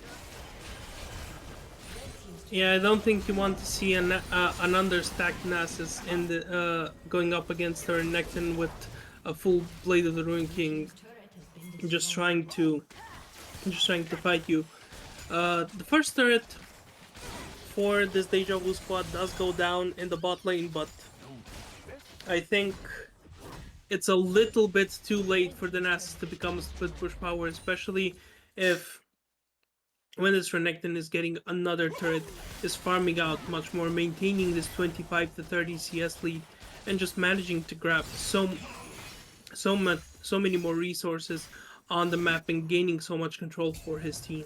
I just saw someone say in chat, as Nautilus Hook misses. I just saw someone say in chat, this is a pop-off in his bad form. And you can definitely see it being in his bad form today. He might be 7-1, right? He is a very good Draven, mind you, as we're gonna see a pause here, but ADC lagging, our ADC is lagging hard. ADC lagging, keep it that way, it's fine. As the Nasus types, this Nasus is trying to play mental warfare right now, but yeah. He's a very good Draven, mind you. And yeah, his team is enabling him. He's getting these leads. He's going auto for auto with the Vayne, winning in whatever way he can. But he's building Last Whisper item. So with Last Whisper, you can either go Ceruleus, which is not good on Draven, obviously, no spells to proc the passive, or Lord Darms, which is also not good because you are building HP this game. If you look at the enemy team, Nasus he's already given up in team fights. He will not be there. So maybe I would have liked to see a BT here. Again, small annoyance, but whoa, small annoyance, but it is what it is. I think the Rel stacking HP, and because Ivern tends to go Moonstone, the other item, the healing item, the AoE healing, Redemption. There it is. Both of those items have a lot of HP on them. You can possibly see the Last Whisper having effect, but I don't know. Maybe it could be. Wait, I don't think Mortal Reminder builds out of Last Whisper anymore, No, or does it? It does, I think. Not sure. Let me see. Maybe if it's Mortal Reminder, then I'm actually very happy with the build, because it does show. Yep, it is built out of Last Whisper. I just checked. We have a little bit of time, to fact check ourselves during this pause. But yeah, if it's a Mortal Reminder, you still get that threat going on. You're reducing a lot of the healing that this Ivern is offering. You're reducing the Nasus healing as well, and also you're reducing the healing from this Radiant Virtue. So a very good, it would be a very good pickup. Yeah, it would be, but there are other users on his team that can apply it better. For example, Orianna she's permanently doing AoE damage. Maokai permanently doing AoE damage. Whereas Draven, he throws his axes, tells him to stand aside, and that's it. That's an 8-second cooldown that you want to use for peel only. As my game does end up freezing right here, I have no idea why. Slight technical difficulties, folks. We're going to see if it's something on our end. Okay, the game picks back up. So maybe it's something. I believe it may be something connected to tournament delay, or competition purposes. Competitive integrity, things like that. But yeah, it's a Last Whisper item. Maybe you can just keep it as a Last Whisper, because Last Whisper in itself does offer quite a good amount of armor. Dominus has to pop to Ooh! answer the Nasus DPS. It's gonna end up going down anyway. Bork putting in massive amounts. No, the Divine Thunder proc was just milliseconds away. Yeah, sadly, this Nasus has been extremely underfed and underfarmed. So this Blade Runking Draven, Blade Runking Renekton is going to be winning the 1v1, as I see a Draven on my screen, and the solo bolo is giving the Fullsend the pressure that they can have, so they have enough pressure to go for this Baron. It's the T1 Baron, 20 minutes, 21 minutes, we're at Baron, we're taking it, we have a massive gold lead, and now it's a 9k gold lead, and they took Baron, they're going to be pushing it in. Flash on the Vayne. That hunt has to be popped. Defensive flash on Vayne. Ghost used as well. Has to walk the other way. Maokai ult. Null is just completely missing flash hook on a standing still target. Rel tries it down 9 storm. Huge Shurima shuffle. Finds Renekton and Maokai. Draven auto attacking around the back. Azir goes down to the Orianna as well. Ivern doing as much as he can to mitigate the damage. Nasus is here for once in his life. He joins the team fight. Draven popping off, as his name suggests. Vayne is here, back from her trip to the quadrant of the blue side. Not able to pick up the shutdown. Kraken Slayer being procced. Orianna misses the ball completely. Nolus is here. Does the hook? The hook finds her. The Leandries and the Triumph being procced. Yeah. I mean, yeah, Vayne did pick up a kill. Nolus did give up his life. For the Orianna, Orianna had a 600 cold shutdown. That was Nolus. Obviously, Nolus, you need to honor him right now. Yeah, that's very much honor your support, who has decided to sacrifice his life, and I think makes up for the missed flash hook by sacrificing himself for his mid laner, making keeping him deathless in the game. But yeah, this is a very nice 10,000 gold lead for the side of. Iron Flash gonna come after the Maokai. Shockwave finds Rel and Maokai. Draven ult executes Iron. No, it's just desperation engages for no reason. Why did Iron Flash there? Yeah, I don't see the reason. It's evident that you're so far down. Maybe you can get a pick going, but I think at this stage you're going to have to look for maybe a fanatic brush or something to create a numbers disadvantage and kill anyone, because in a straight up 5v5 we're already seeing what's going on. Nasus is here again. What was that knowledge? So curved it around the tower like Beckham. Orianna still tanking the tower. Did she die? Has to pop Zanya's. Whoa, didn't realize the Leandrius was still in range to proc tower range. Nollis and Orianna are gonna go take it back, and that's another tier 2 tower falling to Draven solo, by the way. Yeah, that's another turret down. It's definitely a bit of a blowout, I would say. You know, 12,000 gold lead, 23 minutes and 21 to 8 in kills. That's now a fully completed death cap Leandries for this Orianna, a demonic embrace Radiant Virtue for this Maokai, and the Draven has a fully completed Lord Dominic's and also an extra BF sword and the Vamp Scepter, which means the Bloodthirster is coming, and that little bit of poke that you have is not going to be. Nasus goes and pops his ult. Gonna try and find the Draven. He is with a Shockwave. Gonna stop him from advancing to Draven any further.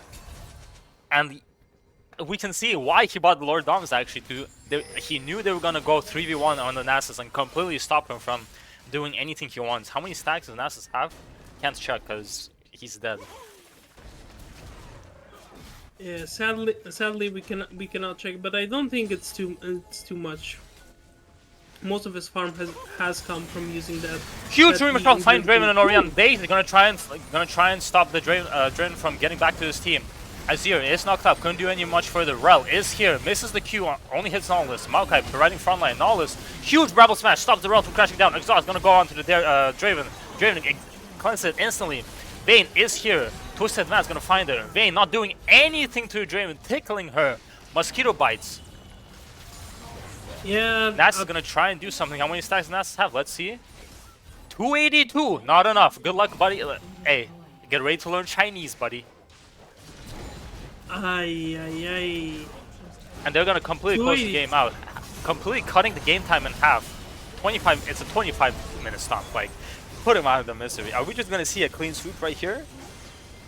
Maybe. The last time they faced up against each other, Deja Vu got the victory. It was a 2-1 at the start of playoffs, but now Fullsend Happy are very confident in their gameplay. They a 27 to 8 kill game.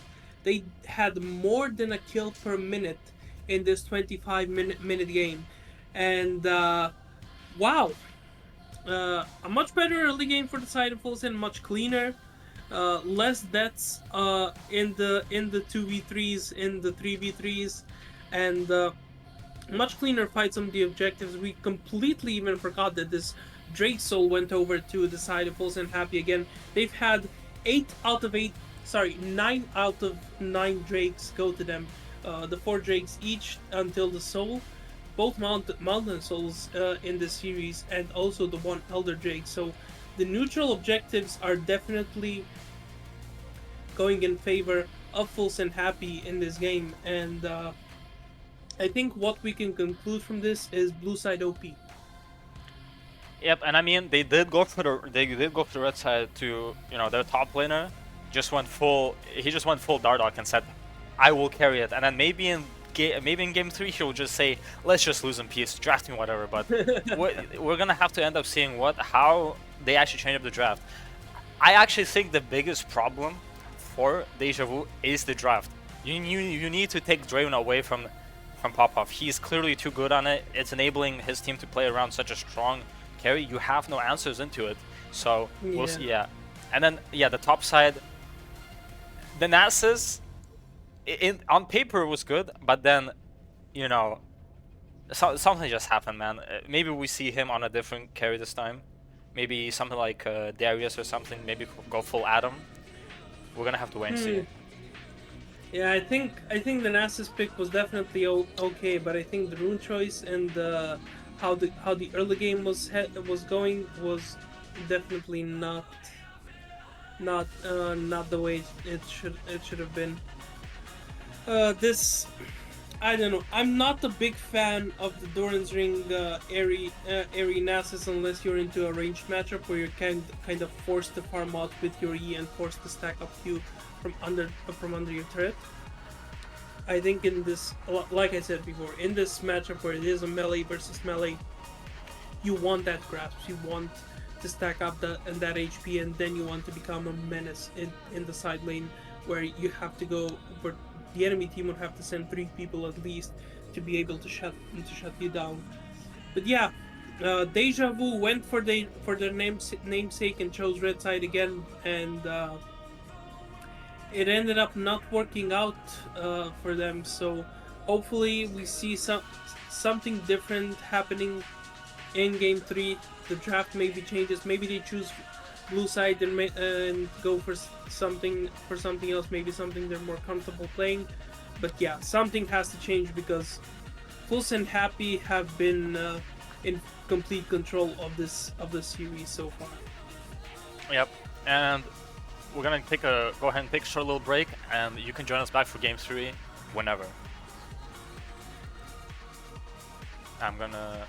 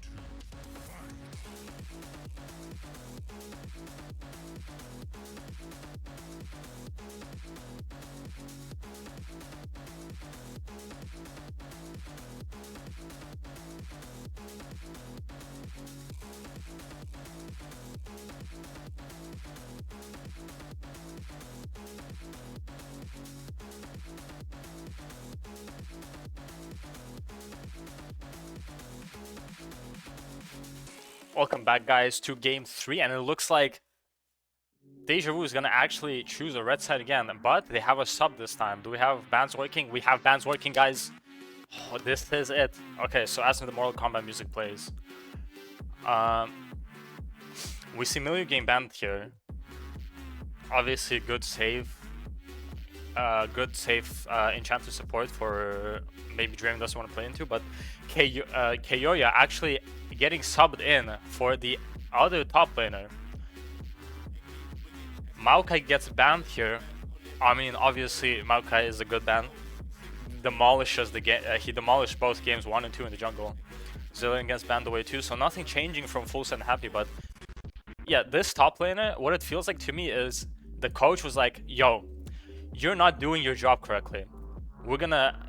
It's looking like a shy angle, but instead of picking Fiora and winning, it looks like, you know, it looks like he just got demoted completely. So we'll see what Keioya brings to the table.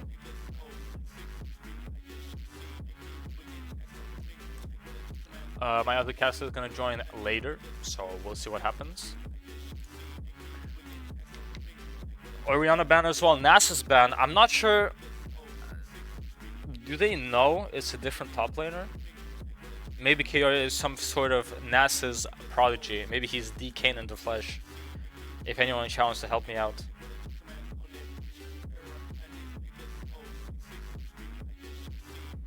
As I finally ban away the Draven. Here we go. Is this me smoking copium and they will actually reverse sweep or maybe win a game?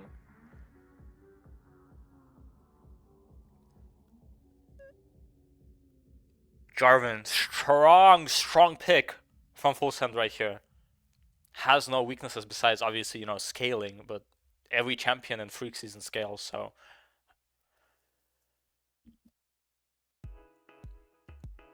I want to see what other ADCs this guy has in his bag. Obviously, Draven banned away. Renata is still up, so they could just go 1-2 Zyra Rakan right here. Strong Jarvan 4 combo.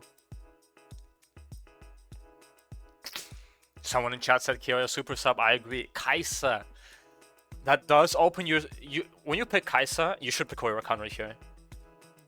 As they're gonna go for a top lane pick. Sure, you have to pick Rakan. If you don't pick Rakan right here, you're opening yourself up to a Xayah Rakan masterclass. With the Jarvan, they blind Gwen.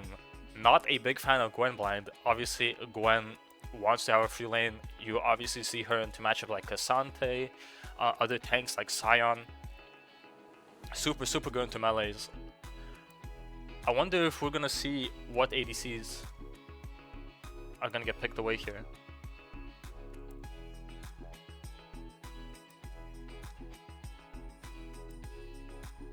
Aphelios. It's a 200 years angle. What is it? What are they gonna pair it up with? A Thresh. So last 2 games we saw Draven getting paired with a strong engage support like Nautilus or a strong counter engage support like Renata. They're gonna go for the counter engage angle right here because they're assuming, because with Kai'Sa you want to draft engage. You want to give Kai'Sa like alt stacks. Obviously your team ACC gives you alt stacks to alt on. So this is actually a good whoever is Fullsend's coach, he needs a raise. As we're gonna see, that's so much AP from 1, 2, 3 already. Yeah.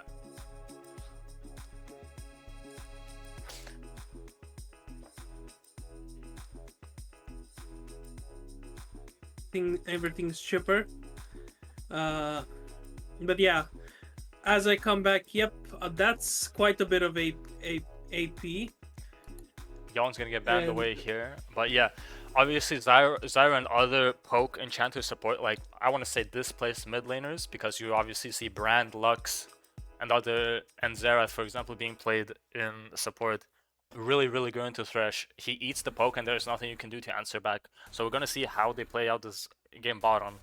As Garen gets banned away, is this another Cassante angle? Maybe. It certainly is looking like a blind pick Cassandre or Renekton. Both of these champions are blind pickable. Another Another champion that they could go for, which is also countered by Garen, is Ornn. So maybe if they're going to be looking for a tank in the top lane, they will go for the Ornn and, just trying to take away as many comfort picks of this top laner as possible. And we see the Aurelia ban actually, which is, I believe, Is Garen DGO's. is I think it's in DGO's. yeah does Ornn get wheelhouse. countered by Garen? I don't think so. I think Ornn just stops any Juggernaut from doing what they want. Not in the later stages of the game, definitely so, but in the early game where he doesn't have quite a lot of stats, he definitely can get bullied, especially from a Garen with Ignite. They take away the Cassandra themselves. Ooh. You need. I'm not liking this draft at all. It's Gwen jungle, by the way, for those of you that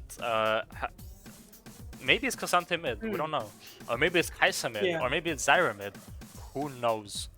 Gwen's yeah. The Gwen's quadruple flex. yeah, Gwen's jungling power did get buffed a couple patches ago, and some solo queue players have been opting to play her instead of other Rumble. I'm sorry, but another season 13 champion just gonna completely demolish whatever DV throws top lane. It's good into Cassandra, good into Gwen. I'm not really sure how DV is supposed to play the game from start to finish. Akshan? I want to see Jace getting picked here, actually. Akshan could also work.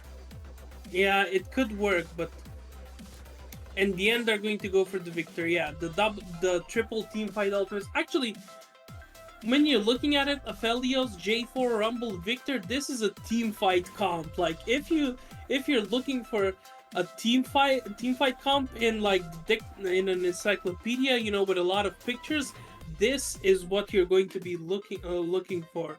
Very, very, very good comp. The balance of power must be preserved as Cassian gets picked on the last pick right here as a counter to Victor. Really, really good. This is maybe not into Jarvan, but once you get past 6, once you hit 6, you definitely have room to try and, play your own game in the side lane. If nothing goes wrong with the Rumble and the Aphelios, Cassian should just become a menace in the game once he hits 16. He will turn to Castle win and end up completely, one-shotting Aphelios, Rumble, and Victor. But that being said, Cassian does want to be solo AP. You have 4 characters who deal AP damage, by the way, on DV's side. So they are incentivized to build MR. So I'm not sure how the Cassian is going to function later into the game, but it looks like people are playing with the ingredients in the kitchen.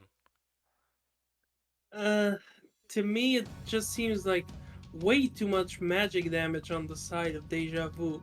Like if I'm the players of Fullsend happy right now, I'm buying Merc Treads as every single person. Like maybe not the Aphelios, but the other 4 people. Like they're all very happy to buy Merc Treads. You have a Zyra route to get out of, some silences, big enough, so much magic damage. It's just so. Like I don't think I have seen a team comp where Merc Treads have had more value than probably this team comp for the side of Fullsend happy. And still, the thing is, the Kassadin, while strong, the Gwen is also very strong. The Kaisa is also. All 3 of these champions are extremely strong. The thing that they lack is early game presence. So another game where the early game draft is heavily in the favor of the Fullsend happy. However, I will say that while now we don't have the Draven, so it's not a completely one early game. The Aphelios Thresh into Kaisa Zyra is a more evened out matchup. It's something that can definitely sway in the favor of the Kaisa Zyra early on.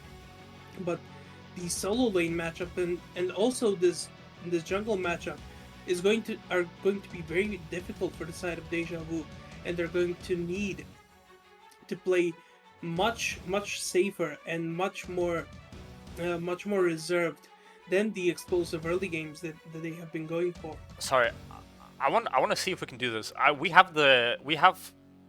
not sure because this guy wrote in chat Yo, draft diff. Someone tell my team that if you're the Fullsend coach right now, I'm super down to invite you to the call and explain to us how you're taking advantage of these games, because so far all 3 games has been a complete draft gap. So if you wanna join the call and explain to us your reasoning, we'd be super down for that. But anyways, yeah, as we wait for the spectator delay. I think we're I think an interview after the series is definitely going to be welcomed for sure.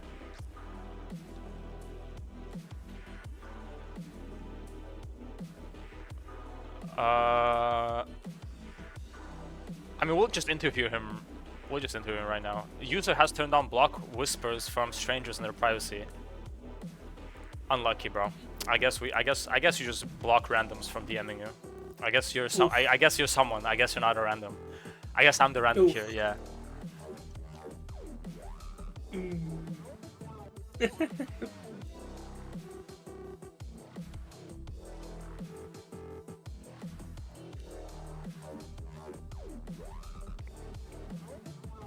Yeah, so as we're gonna have to wait for champ select to load in. I'm not actually sure how DV plays the game like at all. It just seems like whatever they're trying to throw, or whatever is being thrown at them, they're answering it in the wrong way. I think this is very much a team comp where they're going for comfort in favor of a few other things, but it is going to be a very difficult game to go for. Yeah. This user has blocked whispers from strangers. Yeah, bro. I'm not trying to message you in Discord. I'm trying to message you in Twitch DMs, but you know what? Unlucky, bro. Anyways, as we go ahead and head into our game here, there was a tiny pause that happened. But is my game frozen?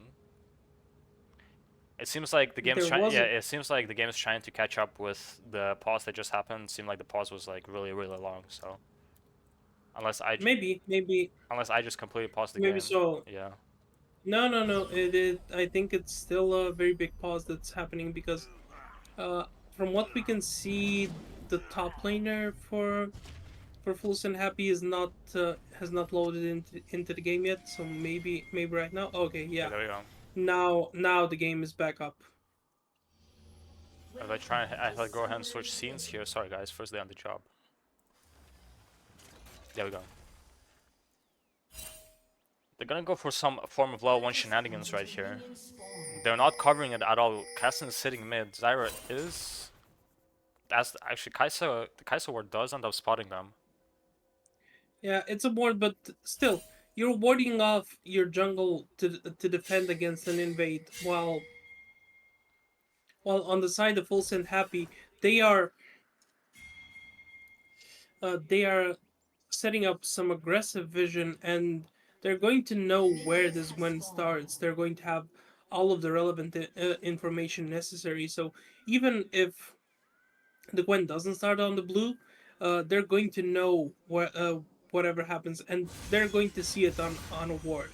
So it does look like it's going to be bot side start for both of them, and I'm interested in seeing whether some level 2 shenanigans is going to be happening from the side of the Jarvan. Maybe an early level 2 gank just to try to exercise some of this early game pressure that Jarvan can have, because Gwen needs time to amp up to get to that level 5, level 6 where she can offer trades, whereas Jarvan only needs 2 spells, E and Q. Yep, and I'm gonna go ahead and try and get the coach in here. Yo, hello? Hello. Are you the coach? Is my audio working? I am the coach, yes. Okay. So nice to meet you guys. Yeah. So how much draft prep have you done? Because it seems like the champ pool of, as we see, 1v1 happening here, but ignore that. The champ pool of DV it's very unorthodox. So how much draft prep have you done? I spent around, let's say, two or 3 hours this week, just looking at the match history, looking at the past VL games, just getting a feel for what they like to play. And then additionally, I think my team's champ pool is just very broken. Okay. Like, I think giving us blue side was a big mistake, and they made it 3 times because we just have core picks for V1 every single game. Yep, and it looks like your players are much more practiced and invested into this than the other team. But yeah, we'll hopefully call you up again after the game ends, if there is maybe if the series ends. But yeah, thank you for your input. No problem. See you. Yep, see you. Hey. While we were talking, some early roaming happened, and while we saw an invade tried to happen from the side of the Jarvan, he did get solo boloed by this Gwen.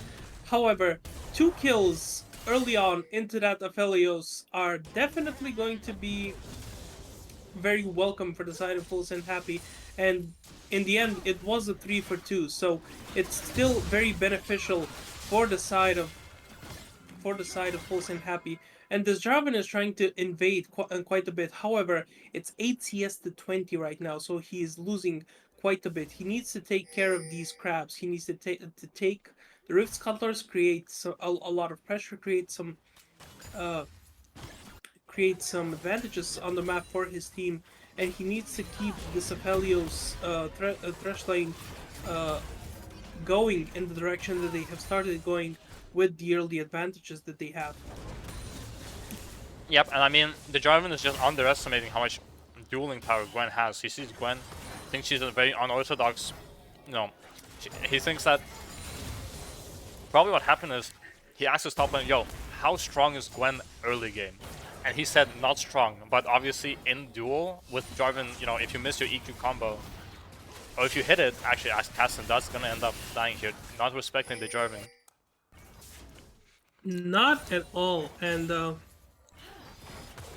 I mean, even a Jarvan who has been put behind can still do so much damage and have so much pressure in the gank, because he has the knockup, he has the armor shred from the Q, which both of those he hit, and on top of that he also has a slow for him on the W. But we see a gank from this Gwen. Rumble is actually going to be able to trade 1-for-1. He did take the ignite there. Well played from him.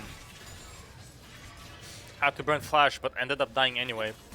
But yeah, this Rumble is just so strong. As Cassandra doesn't end up going threads, he ends up going.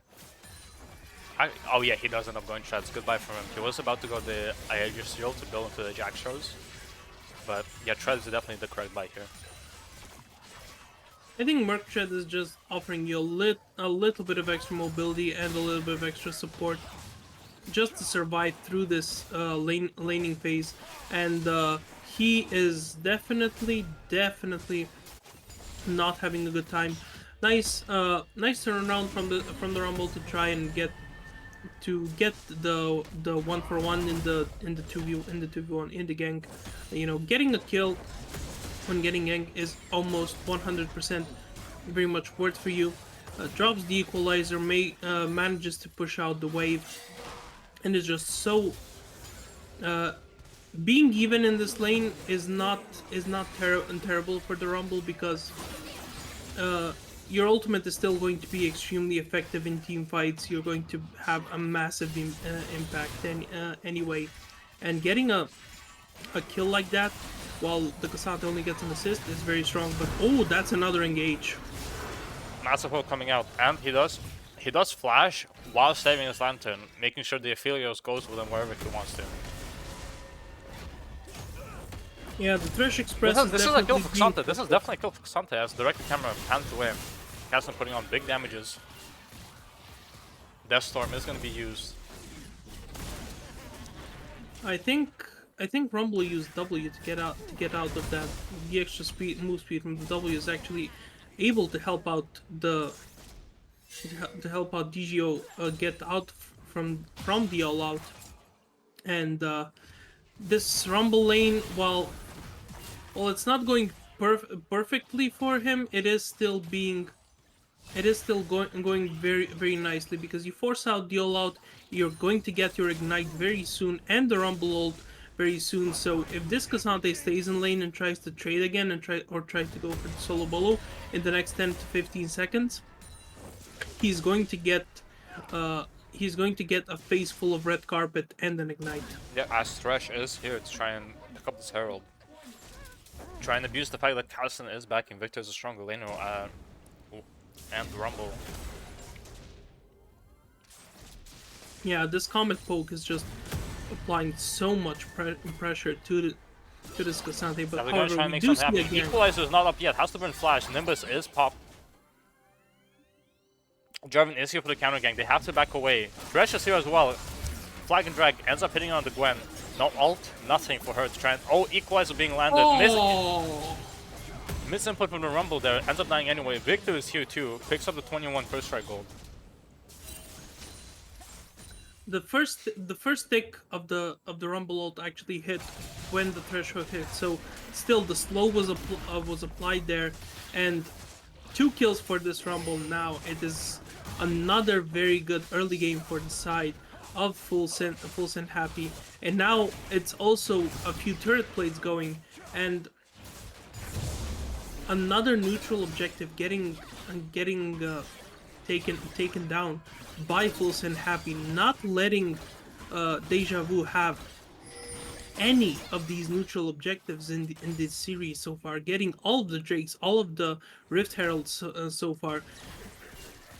This team has definitely had quite a lot of practice on how to have a very controlled early game, and how to have the reins, how to take the reins in an early game with an early game comp and not let them go. Yeah, and I mean, these are the finals, right? Yeah, this is the Division 1 finals. It makes you wonder how, how close were DV's games really, because it looks like Fullsend is just putting them in the ground basically 6 feet under. There's nothing they can do, nothing they can answer with. As Cassante tries to go back in, like, why? Victor has to burn flash here. Kai'Sa has to follow up with her own flash. Yeah, that shutdown does go into the pockets of Kai'Sa, but like we said, Deja Vu won the first time that they met up. However, Fullsend happy does not seem like the same squad that lost 2-1 to Deja Vu. They look like a squad that is ready to take over, and Deja Vu got here by running the gauntlet from the upper bracket.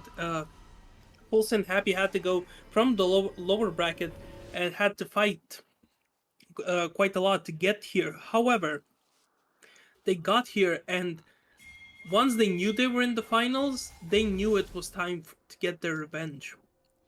Yeah, but this game should follow the script of Cassidy hitting 16, and carrying the game on his back. So we'll see if both teams want to either get gone and get sent off to China, or if they want to actually keep playing the league.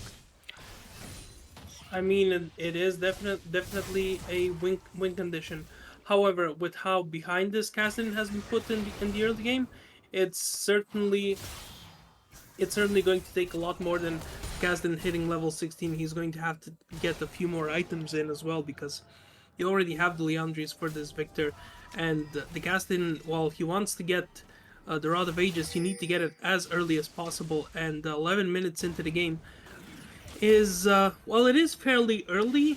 You want to get it a little bit earlier than this. Sorry, as I go ahead and switch.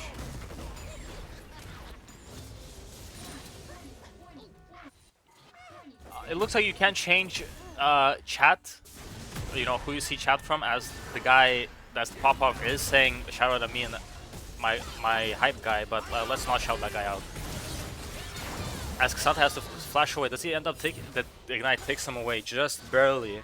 Victor is here, had to burn TP for it. Gwen will pick up the wave. Death Storm being used to try and zone the Gwen away. A huge death sentence coming out. Flay too. Dire has to flash too. Thresh picks up the kill with ignite. I mean, action happening in both sides of the map. Yeah, this Cassin making the roam time, making the roam towards the top lane, getting that kill onto the Victor. However, this bot lane getting the kill, going for a gank, and the Kai'Sa does manage to get out of the ult from the Jarvan. That is one of the benefits from playing Kai'Sa. However, I don't think you want to be in the middle of 3 people as a Cassante with just a yard sale build and Merc Treads. Yeah, and I mean he had no all out there because obviously he used it to try and kill the Rumble 1v2, ended up dying. But I feel he did burn a Furious Fire, so we'll see if anything happens because of that. First items are going to come in for Kassadin, Kai'Sa, and Gwen. Nash's Rod of Ages, and Stormrazor respectively. As I was just completely not respect that Jarvan is still here. I mean, it just they just look very, very uncoordinated and lost. Red team's turret has been destroyed. I think a little bit of desperation has started to come in where they're trying to go for some aggressive plays, trying to get at anything they can, and trying to get any lead or any catch that they want to have, but it's only putting another foot into this grave on this game. They need to let this Kassadin scale up. They need to try and coordinate these team fights around this Cassante, around this Kassadin, around the Gwen, who want to be so disruptive in the team fight and kill off these carries in the Rumble, in the Aphelios, who have been slowly but surely getting fed this game. Yeah, and I mean, Ionian's on Kassadin to help him with the CDR and his ult and everything and every other ability. I mean, yeah, it just no MR being purchased yet. Obviously, Jarvan is holding on to that Negatron Cloak with his tier 1.5 boots. Berserk is gonna be bought for Aphelios, I'm assuming, or that might just be the Gale Force. And I believe it should be Berserker's Greaves. You don't really get any value from going to any other boots on Aphelios. But yeah, another turret going the way of Fullsend. They got the second Drake, and because the first Drake was a mountain, no 3-beat of the Mountain Soul. It's actually an Ocean Soul, which both teams actually want to fight, and we're already seeing this Kassadin being very scary at level 11, and by the time level 16 comes, this Kassadin might just become the big problem. they need to leave. They need to leave right now as Pathmaker pushes the Rumble deeper into his team. Jarvan looking for that EQ angle. Gwen trying to kill their bot lane respectively. Severmaul does come out. Gordrink is putting Jarvan at full HP. Cassante looking for an angle back in. And Gwen is going to get taken down. Flagging Drag missed the Kassadin. He's going to look, try and clean this fight up, get any sort of gold he can. Kai'Sa comes back in with full HP. Where was she in the initial beginning of the fight? Picks up the cannon, gets double buffs, and as she gets cut out by the flame. No, this is it's a disaster, mate. Kai'Sa getting a little bit too greedy for the wave there. Not sure why she clicked back in for that slight millisecond, giving Thresh an angle to hook and flay her. A few shutdowns coming in for this Deja Vu squad. However, Untilted on this Thresh just seems to have point-and-click CC with these hooks. Like, these hooks have not missed a key target in these skirmishes and team fights. Yes, there were some misses in the laning phase. However, in these skirmishes and team fights, he has been hitting all of the major hooks on key targets, catching out people left and right. And while 2 shutdowns did go the way of Deja Vu, it's still a team fight victory for the side of Fullsend Happy. And also, it is another Herald taken, so this early game advantage is going to be increased even further. This gold lead is only going to go up. It's 17 minutes in, and they're already at soul point right now because of how much control they have of this game. This is a very, very good early game from Fullsend Happy, and the only reason that this gold lead does not look higher is because of that Gwen having that massive advantage in the jungle. Cassante doesn't have all out just yet, a couple seconds out from it. Gwen's first needle hits, second needle barely misses, the third cast connects. TP gonna come, Equalizer gonna come down, TP being forced from the Victor, defensive TP being turned from Kasten. I forgot what the name of that, Death Storm? Whatever it's called, gonna be put down to the Gwen, not gonna find her. As bot tower is gonna get taken down. Maybe they can look for a tier 2 here. German does have the Herald. Yeah, the TP being forced out is definitely very nice, because now you don't have that TP and you can be an effective menace into the team fights. However, we do see this As he gets a trade back onto the Aphelios, onto the Kaisa.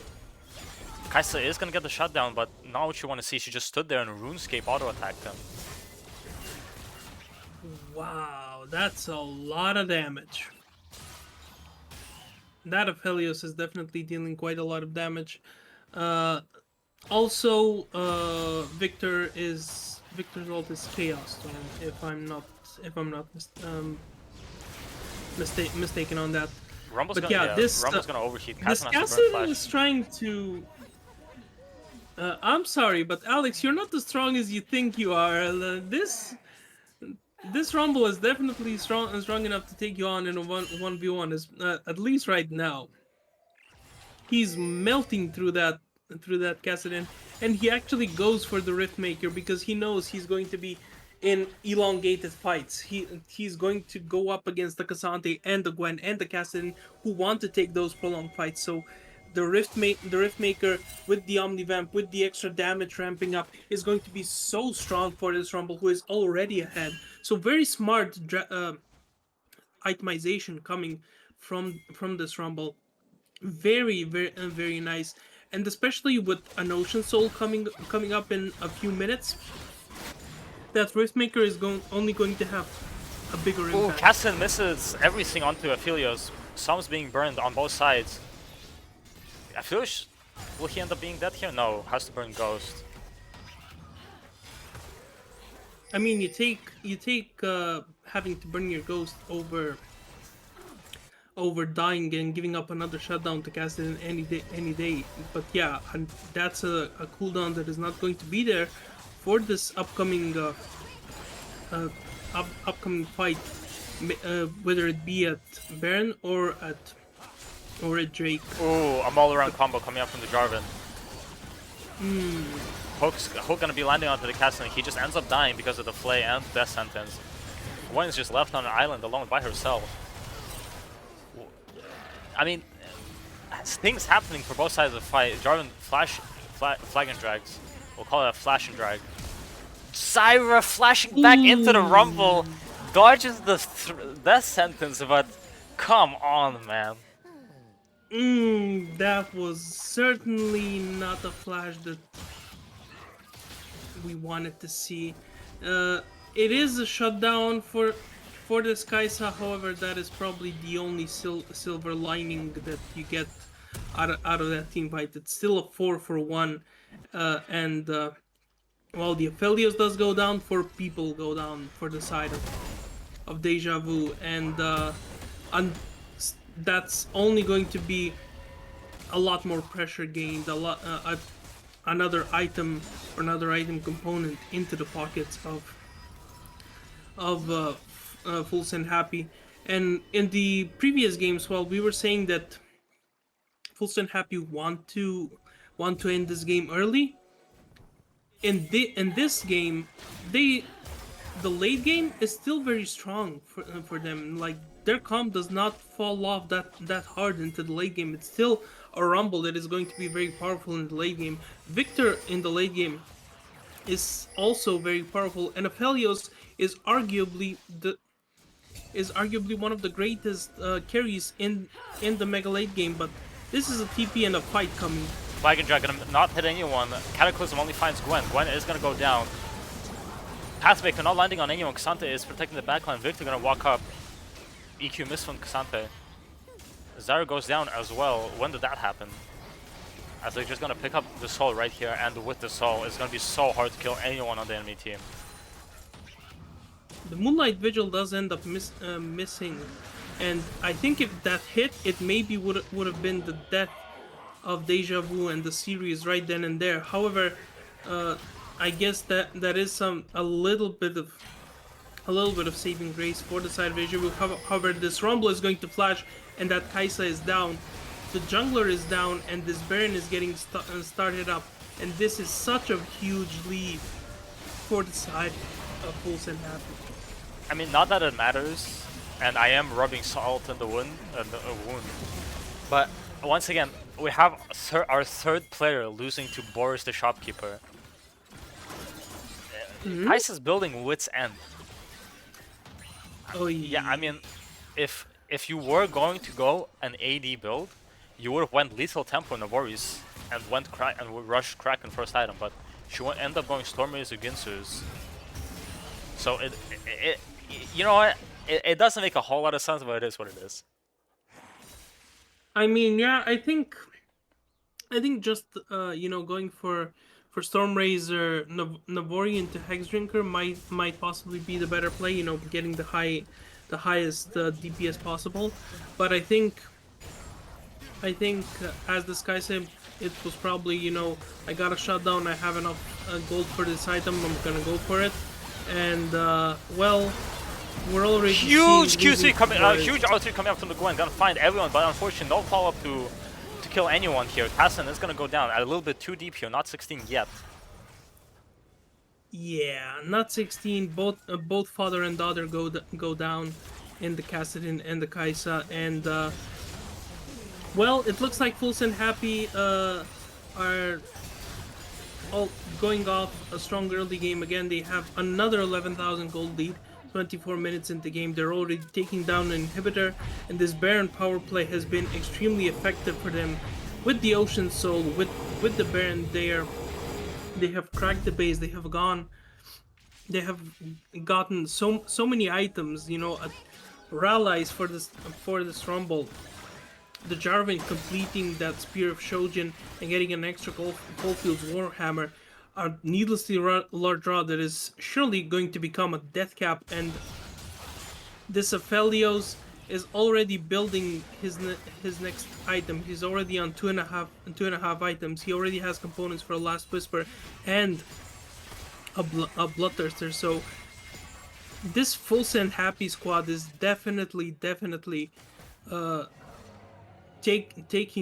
taken over every single early game by making proactive plays around these neutral objectives, managing to secure them, making smart plays with their Drake takes and the Herald takes, the Baron takes as well. So very good coordinated play, very nice macro play from Fullsend Happy, and have to say I'm very surprised from the squad.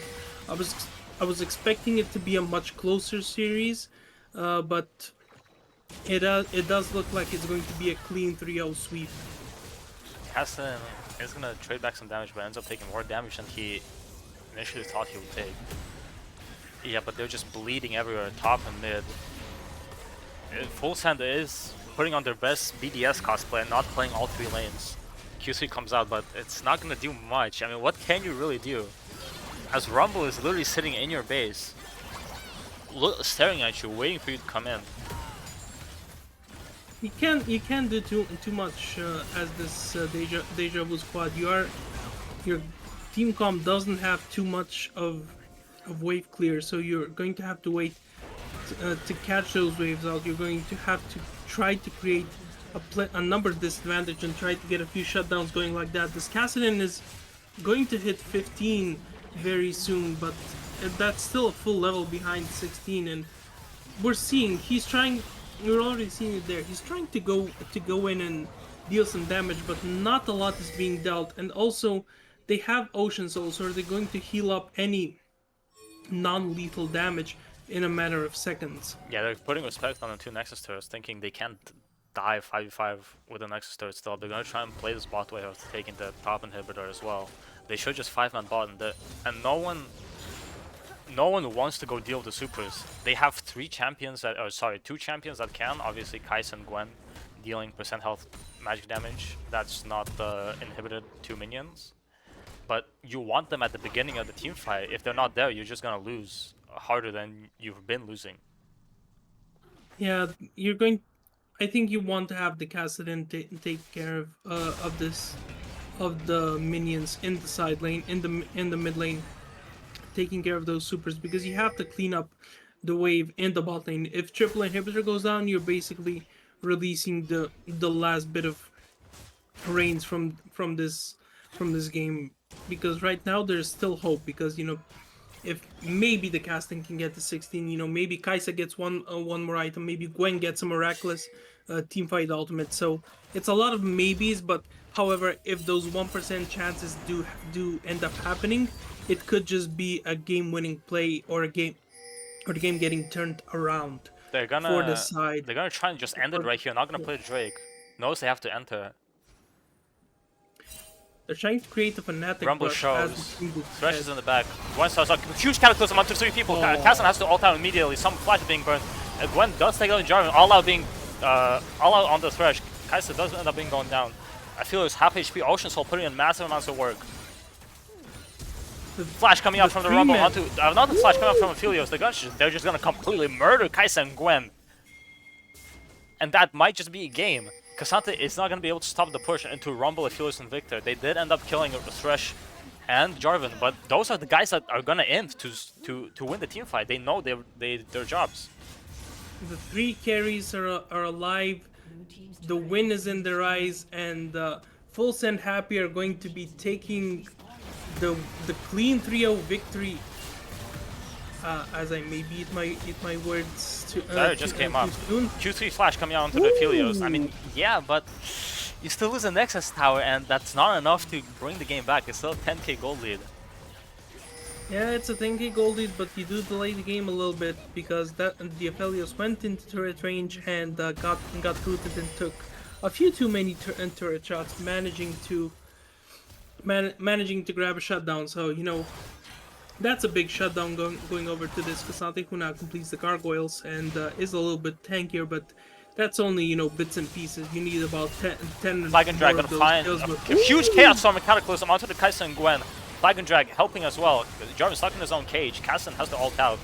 Jarvan ult gonna find the Zyra ult gonna find the Jarvan. Kaisa had to flash to secure the kill. I mean, you can see how much health Ocean Soul is giving you. That's so much damage from coming in just from the Chaos Storm and the Cataclysm, and so much healing from this. You saw like the Jarvan doesn't even have a defensive item. Maybe if you count Gorchinker as a defensive item, but I think it's both an offensive and a defensive item at best. So much healing, so much sustain from the. Hatmaker gonna push 2 people into his team. Gwen putting in massive amounts of true damage. Equalizer gonna come down, not hurting Gwen because she's immune. Kassan does end up dying to the Aphelios Inferno. Victor is here, and that just looks like game again. They're going, instead of going for Elder, they're going for the disrespectful stat padding, and you know what? There's nothing they can do about it.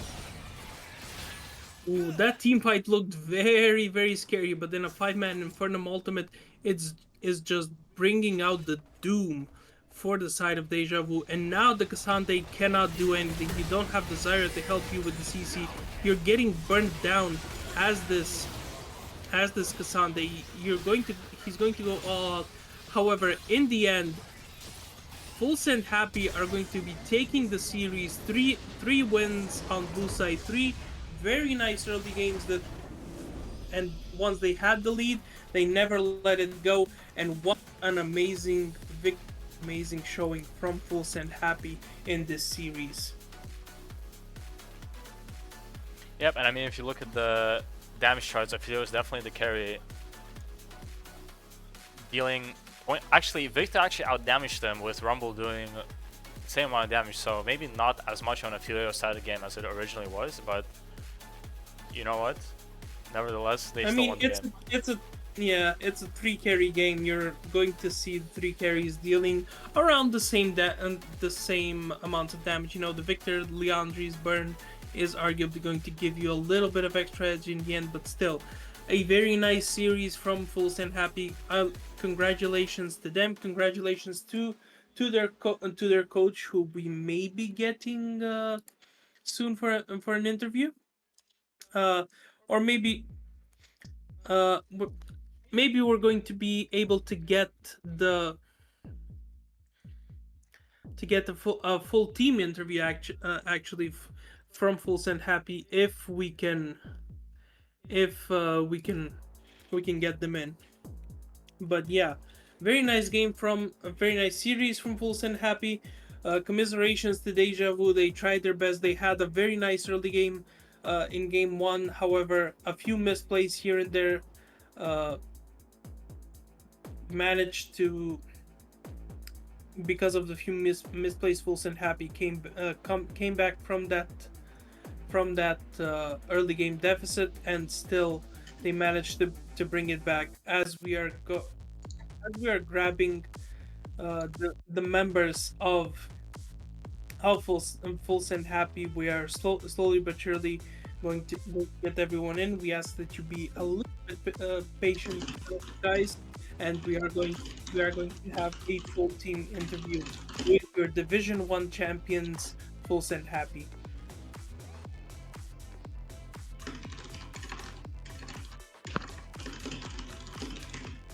Yeah, definitely huge as we hear the clacking and clicking of the coach. Apologies. Should have put that. But here we are, guys. Congratulations on your victory in the Division 1 of Valence League. How are you guys feeling? Way fucking Windows. Easy game, easy life. Yeah, really good. Yeah, We I'm don't just, lose. Simple We're as that. extremely happy to. just happy that we won. Yeah. Yeah, holy, that was an absolutely mind-blowing series. By the way, it looks like Deja Vu rolled over, but they definitely didn't. Like, they put up such a good fight against us. Yeah. Mhm. Absolutely love their top laners, and yeah, the sneaky draft tricks as well they try to pull out to counter my Chample. Overall, very good play from the enemy team. Yeah, speaking of champion pools and drafts, they threw in a few curveballs there with the Nasses and game one with like the Garen. How did you guys play around that, and what were the comms playing around those unconventional picks and in the team fights especially? I kind of want to say something first before Bonk answers. Personally, I wasn't worried a single bit because Bonk is just the fucking definition of a top cap. Yeah, I was about to say the same thing. You Yeah. just trust Bonk that he will make it trust in work. Bonk is Yeah. absolute. Yeah. Bonk just wins lane, it doesn't matter. It's Yeah. gonna be Yeah. fun. And makes drafting like really easy, so we can usually just stabilize top lane and pick some counters to their And he comp, always draws like 4 I mean, bans or if something we on him. back it up a little bit, well, I Super worth. appreciate all the compliments. I think it's mostly a team effort, especially Briska's side. With yeah, our coach stayed up until what 6 o'clock in the morning to draft up a very comprehensive, basically, walked us through the draft. There was no, real question marks. Like the curveball, so to say, the Nasus. Apparently, it was calculated. So I have only it's on the document actually. yeah. I have only good things to say about the coach. I That agree. sounds amazing. Keep talking. Yeah. No, I will also compliment the coach. I joined this team like a week ago, and I'm a top lane main. And honestly, I don't think I would perform this good if it wasn't for Briska. Like he noticed a lot of my weaknesses, and I tried to work my best on it. Kinda still did some small ints, but we were deathless. Game 2, let's go. I mean, to be fair, you killed your Nautilus once, but I we took it don't- for the team. I took it for Yeah, the team. Yeah. thank you Okay, guys, by the way. so I have a question to pop off. If Yeah. So we saw you go for the Draven for 2 games in a row. Is Draven something that you have practiced quite a lot in like solo queue and scrims? And how was that going for you? Because we saw a lot of confident plays from you on the Draven, getting that game-winning team fight in mid lane in game one. And is Draven one of your signature picks that you like to pull out whenever you can, or is it just something that you thought was very good to play in this series, specifically into Deja Vu? I mean, for the series, it's just Briska. Like, I just let him pick my champ, and then I play it. Basically, I don't play a lot of ADC in solo queue because I think it's kind of shit in solo queue. But in the team, when I play with the team, it's super fun and definitely worth. And in scrims, I've been playing Draven as well. So yeah, I mean, it's not like a signature pick. I prefer Aphelios or Ezreal maybe, but he's like third, I guess. We definitely saw some interesting Aphelios plays going in. I love the rotations of the guns you had. Like, it took you only like one rotation to actually go into the optimal Aphelios rotation that we know, the quote unquote optimal Aphelios rotation, and it certainly felt like Aphelios is also another comfort pick for you. So congratulations again, and some great pop-off games on both Draven and Aphelios. Yeah, I mean, I don't know if Briska would agree with the gun situation, because at one point I did fuck them up, but it is what it is. It's a classic. It's Yeah. not a player who don't fuck gun or at least once per game. It has to happen. It has to happen, pretty It much. has to happen. Okay, But yeah, I mean, I couldn't have done anything without support, Adam's just absolutely cracked on any kind of hook champ. He'll just 1v9 the game for me. And I just get to sit there and collect the glory, I guess.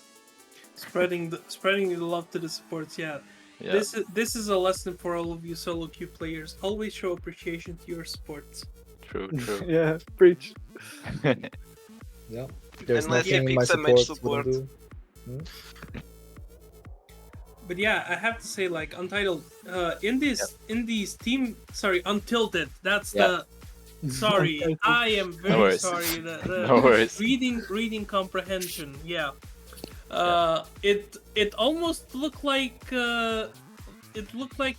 Thresh has an on-hit hook ability and not the skill shot, especially in those team fights. Were you deadlocked on the Castellan and Kai'Sa, or were you just like, oh, this person is out of position, let me just... Nah, I just hooked the first important champ to hook, I guess. Just wins the game solo? Yeah, I just locked in. Find the angle. Yeah, and he's just being humble, but like he's still insane. I absolutely believe that my support has some kind of external assistance. Like script. this is No. like not legal. Like how well he hooks the important enemy champs, right? It's not just like any champ, right? It's the most game-changing important hooks you can find in a close game, even when we're behind. And I think that's one of our key, ways that we start a fight or win a fight. He basically decides the fight before it even starts with a good hook, in my opinion. Yeah, so I'm done with all my questions. Chris, maybe you have a few questions to ask. Oh, not any at the moment. It doesn't seem like chat has any as well. Oh yeah, maybe someone in chat has a don't. question. I mean, shout out to the filled mid laner that jumped in for the finals, and the absolute jungle diff that Benny has been providing every game that we've played in the series. Yep. Someone in chat has a question, but yeah, respect to you guys for going on the stat padding journey for like the last 4 minutes of the series. Yeah. We wanted to play it slow. We kind of wanted to like rush to the end, but we realized that casting wasn't reaching level 16, and in my opinion, like, we just take it slow, LCK style, just close out the game without throwing away any shutdowns. We did throw a little bit, but that's the game 3, when you're up 2-0 type of thing, in my opinion. It wasn't really. If you're referring to the mid play, I think Endeavor. Is it Endeavor? Is it Endeavor? I don't know. Just absolutely smurfed that fight though. Just wanna call him out there. Yeah, you went LCK at the end of the series after playing a full LPL style series because in all 3 games you had almost a kill a minute or more of those, because so it's definitely you seem like a bloodthirsty team. We had issues in the beginning with the score going the other way around, actually. But we fixed it, so it's working correctly now. The score counter is working. Yeah, so we have a question from chat. Do you guys feel like there was a big difference in draft? I think our coach should answer. That's just the Briska diff, I think. Yeah. I mean, I just wanna say that that person specifically has been way too toxic to enemy team. He has coaches, he has so what you would I say mean, mental illnesses that you cannot say on stream. Yeah, I would agree to that. I definitely would agree to that. But like speaking from a neutral perspective, I think our drafting is definitely one of our biggest strengths right now. Just because I think the way our champion pools have developed, with a lot of very high comfort power picks that are very blindable, the setup for a lot of different compositions, just makes it very easy for us, especially on blue side. I think I had this conversation in Vienna. I think giving us blue side was definitely a mistake, and if it was enemy coach, I would have not given blue side to our team ever. And I think we just got what we wanted every single game, and we made it very uncomfortable for enemy team to draft. At least that's my read. Potentially enemy team just has a different read on those drafts. So I would love to talk to their coach about that. But. Yeah, and it looks like the coach completely gave out in the last game. We saw Cassidy being picked last on red side, not the champion to see as a counter pick, but yeah, I really appreciate how you attack the champ pools on the first 3, and then the bans were a little bit unorthodox. Obviously, I'm not like a big follower of VL or the enemy team, but the Zillion Milio ban definitely looked like it helped a lot. Looks like they were like one tricks a little bit almost, but yeah, the 1-2-3s were perfect, I think. I would also say that just a bit of insight. I think I don't really have very good responses with our champion pools to the Milio specifically. I think it would have been a big problem for support specifically, because my way of thinking about Milio is that we need to pick poke and pick like a pushing bot, but our only real option for that is the 6 support that I think we didn't play today, but that's kind of a classic for a team at this point. Yeah. And then speaking of the Cillian, I think enemy junglers most played champion is the Hecarim, which Hecarim Cillian is like a very dangerous duo in my opinion, because I rate the jungler relatively highly, as I think you might have noticed. And then also Cillian is also very good into our like very kill threat heavy bot lane duos that we like to play. So that's the reason. So what you're telling me is they don't play Zillion Milio? I play Milio. Milio I can play, but yeah. We Zillion keep is a him bit away from shaky. these. We keep him away from these like shitty mage-ish champs, because we are a very aggressive bot lane. We like to fucking send it, and Yeah, we're confident. we Alright. always go for the 2v2s, no matter what. Yeah, but so this, we give him a hook champ and we just win lane. Yeah, but what I basically got from that is like enemy support doesn't play Milio, but it's a threat to you, so you just ban it out because you think right? Enemy support does play Milio. They right? do. Okay. Yeah. Apparently, he has the information, our coach.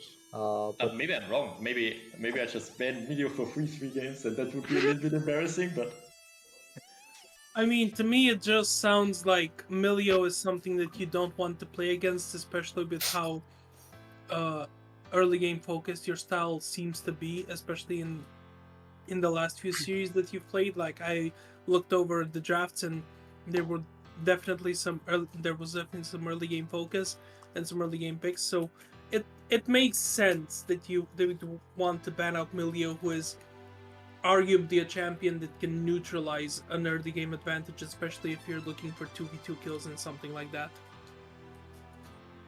yeah, exactly. yeah, I would say also we are very Fullsend oriented, hence our name. Like, we like to play these dive comps and sometimes catch comps.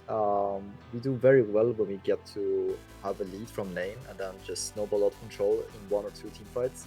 And if the enemy team does not fight us, they decide to give up every neutral, basically. So we are very teamfight oriented, and I think Milio and Cillian could actually just break our engages somewhat. which is also like the reason why we banned the Mod 3 series, I believe. So it's mainly our coach who brought up the drafts like analysis. So we are basically just following, but I can see why. And I think like also like if it works game one, like if it ain't broke, don't fix it. So I think that's why also why we kept the bans. Yep. And like I think there is, I don't know how much time you guys have left for the interview. I just want to do a small shout out to people who have helped us throughout this journey. It might just be 5 of us, 6 of us in the interview right now, but I have a whole list of players that has played with us, players that has helped us throughout the way, jumped in for scrims.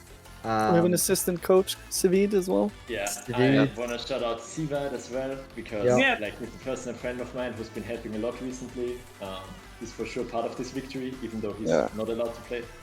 Yeah. Also the person who like recommended me, so I don't know. Yeah. For sure. Like, feel free to use this opportunity to shout out anyone you think has helped you guys out throughout the split and to get to Div 1 finals and ultimately get the victory. The floor is yours. Oh, by the way, I just wanted sorry. I just wanted to thank Popov as well. I think he has been like really patient in the beginning. I think I was hinting out of my mind in the scrims, and of course Briska as well. I think they just had a lot of patience, and I just love this experience to play in the tournament. Like I just love competitive, and it was just so fun playing organized League of Legends. It's like, yeah, I don't know. I mean, thanks for helping us win finals. I think you played extremely well. Like you're talking like you're like just anything else or something. Messaging along, but like I saw the games. I think everyone here saw the games. I don't think you were like a passenger in any way. Yeah. Shout out to the El Capitan. Paul, who couldn't be here. Absolutely insanely. Was not able to play today, but if anyone's interested, I implore you to check out last time's series. I think Paul played extremely well. Yeah. He founded this team from the beginning, so obviously we have to thank him. We have Peter as well in top lane. Was a top substitute and hasn't played much recently due to moving. But I think he jumped in for a bunch of scrims and earlier games of he was also like group ready stage. for today as well. Yeah. Extremely like passionate players in my team. We have Siyuk as well in jungle. Extremely passionate player, but also very calm, collected. He's unfortunately not ready today, I think.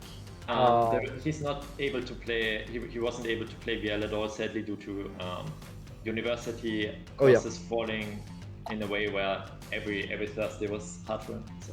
Yeah. Well, of course, Sivid, who was the assistant coach. Paul, as mentioned. We have also Element. Just generally really nice guy. Really patient. Our local faker is how he has been described to me when I joined this team. Mr. Element. Yeah. He plays every single role. Yeah. Similar to Popov actually. And also of course king, baby.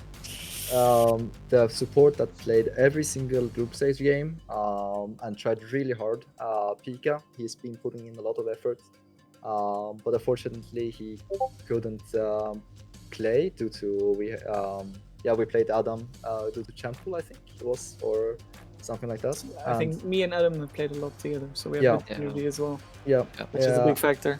And basically also we have an ADC who played with us in the beginning and stopped playing, but I still want to shout him out. Definitely a very important piece on the journey. Never Nathan. Don't say his name. And I also want to thank our mascot, Orange Juice. He's been keeping us our morale high in the beginning with memes in chat. So thanks to those people. And if you don't mind, I just want to quickly talk about the team because I really want to underscore this. We went 0 wins in the group stage of Real. If anyone here knows, we literally did not win a game. It is actually crazy how bad we did, and that wasn't because we didn't. I think we just really sucked. I think we were really bad at the beginning. And I think everyone here has put in an insane amount of effort, an insane amount of practice, of work, of also like multiple players have been taking individual advice from me, like asking for board reviews and stuff. Like everyone here has done so much work to get to this point. And I think our run through playoffs has been absolutely insane. I think my players will remember this, especially last week when I watched us play. I got so excited because I think we genuinely became a very good team. And I think if you look at the way we play the map, the way we play fights, the way we execute on our compositions, the way we play lane phase, the way we manage our waves, like there's so many details that I think are hard to spot from the outside that we used to be so shit at. And we just improved, we grinded, we worked on it, and we had an absolutely insane series today. We had an absolutely insane run throughout playoffs, and I just want to shout out my boys because I'm so fucking proud right now. Like I am so proud. I cannot underscore enough how proud I am of you guys. Thank you. Miracle Run Thank is you. alive, and it is completed. Yeah. So I think, and once again, I want to congratulate all of you guys on the win, and I think that is going to be all for us for the Division One for the Division One finals. However, if you are a fan of Balance League, stay tuned because we are going to be jumping over to the Division 2 finals where the Kamikaze Donkeys won a match against Rose Academy, and they are 1-2 in the series, and Game 4 is going to be happening underway. So I've been Deadly Ghost. Chris was my play-by-play co-caster and producer for this series, so shout out to Chris for doing Thank such you guys a for your work, tremendous by the way. job. Yeah, Thank you. Thank you Yeah, guys. thank you. Congratulations once again on the win. Thank you. Also, congratulations to Deja Vu for making it all the way to the final. Sadly, there can be only one winner. However, that is it for us, and we are going to be jumping in to the Division 2 finals. So hopefully you will stay with us. Thank you all for watching, and hope you have a great rest of your evening. Yeah, I just want to Thank say Deja Vu is winners in my heart. Thank you very much. Yeah, too bad. Thanks. Too bad. Thank Winners you. in your heart don't mean anything.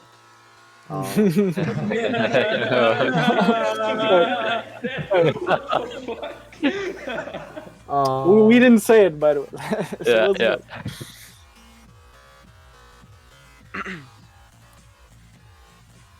Holy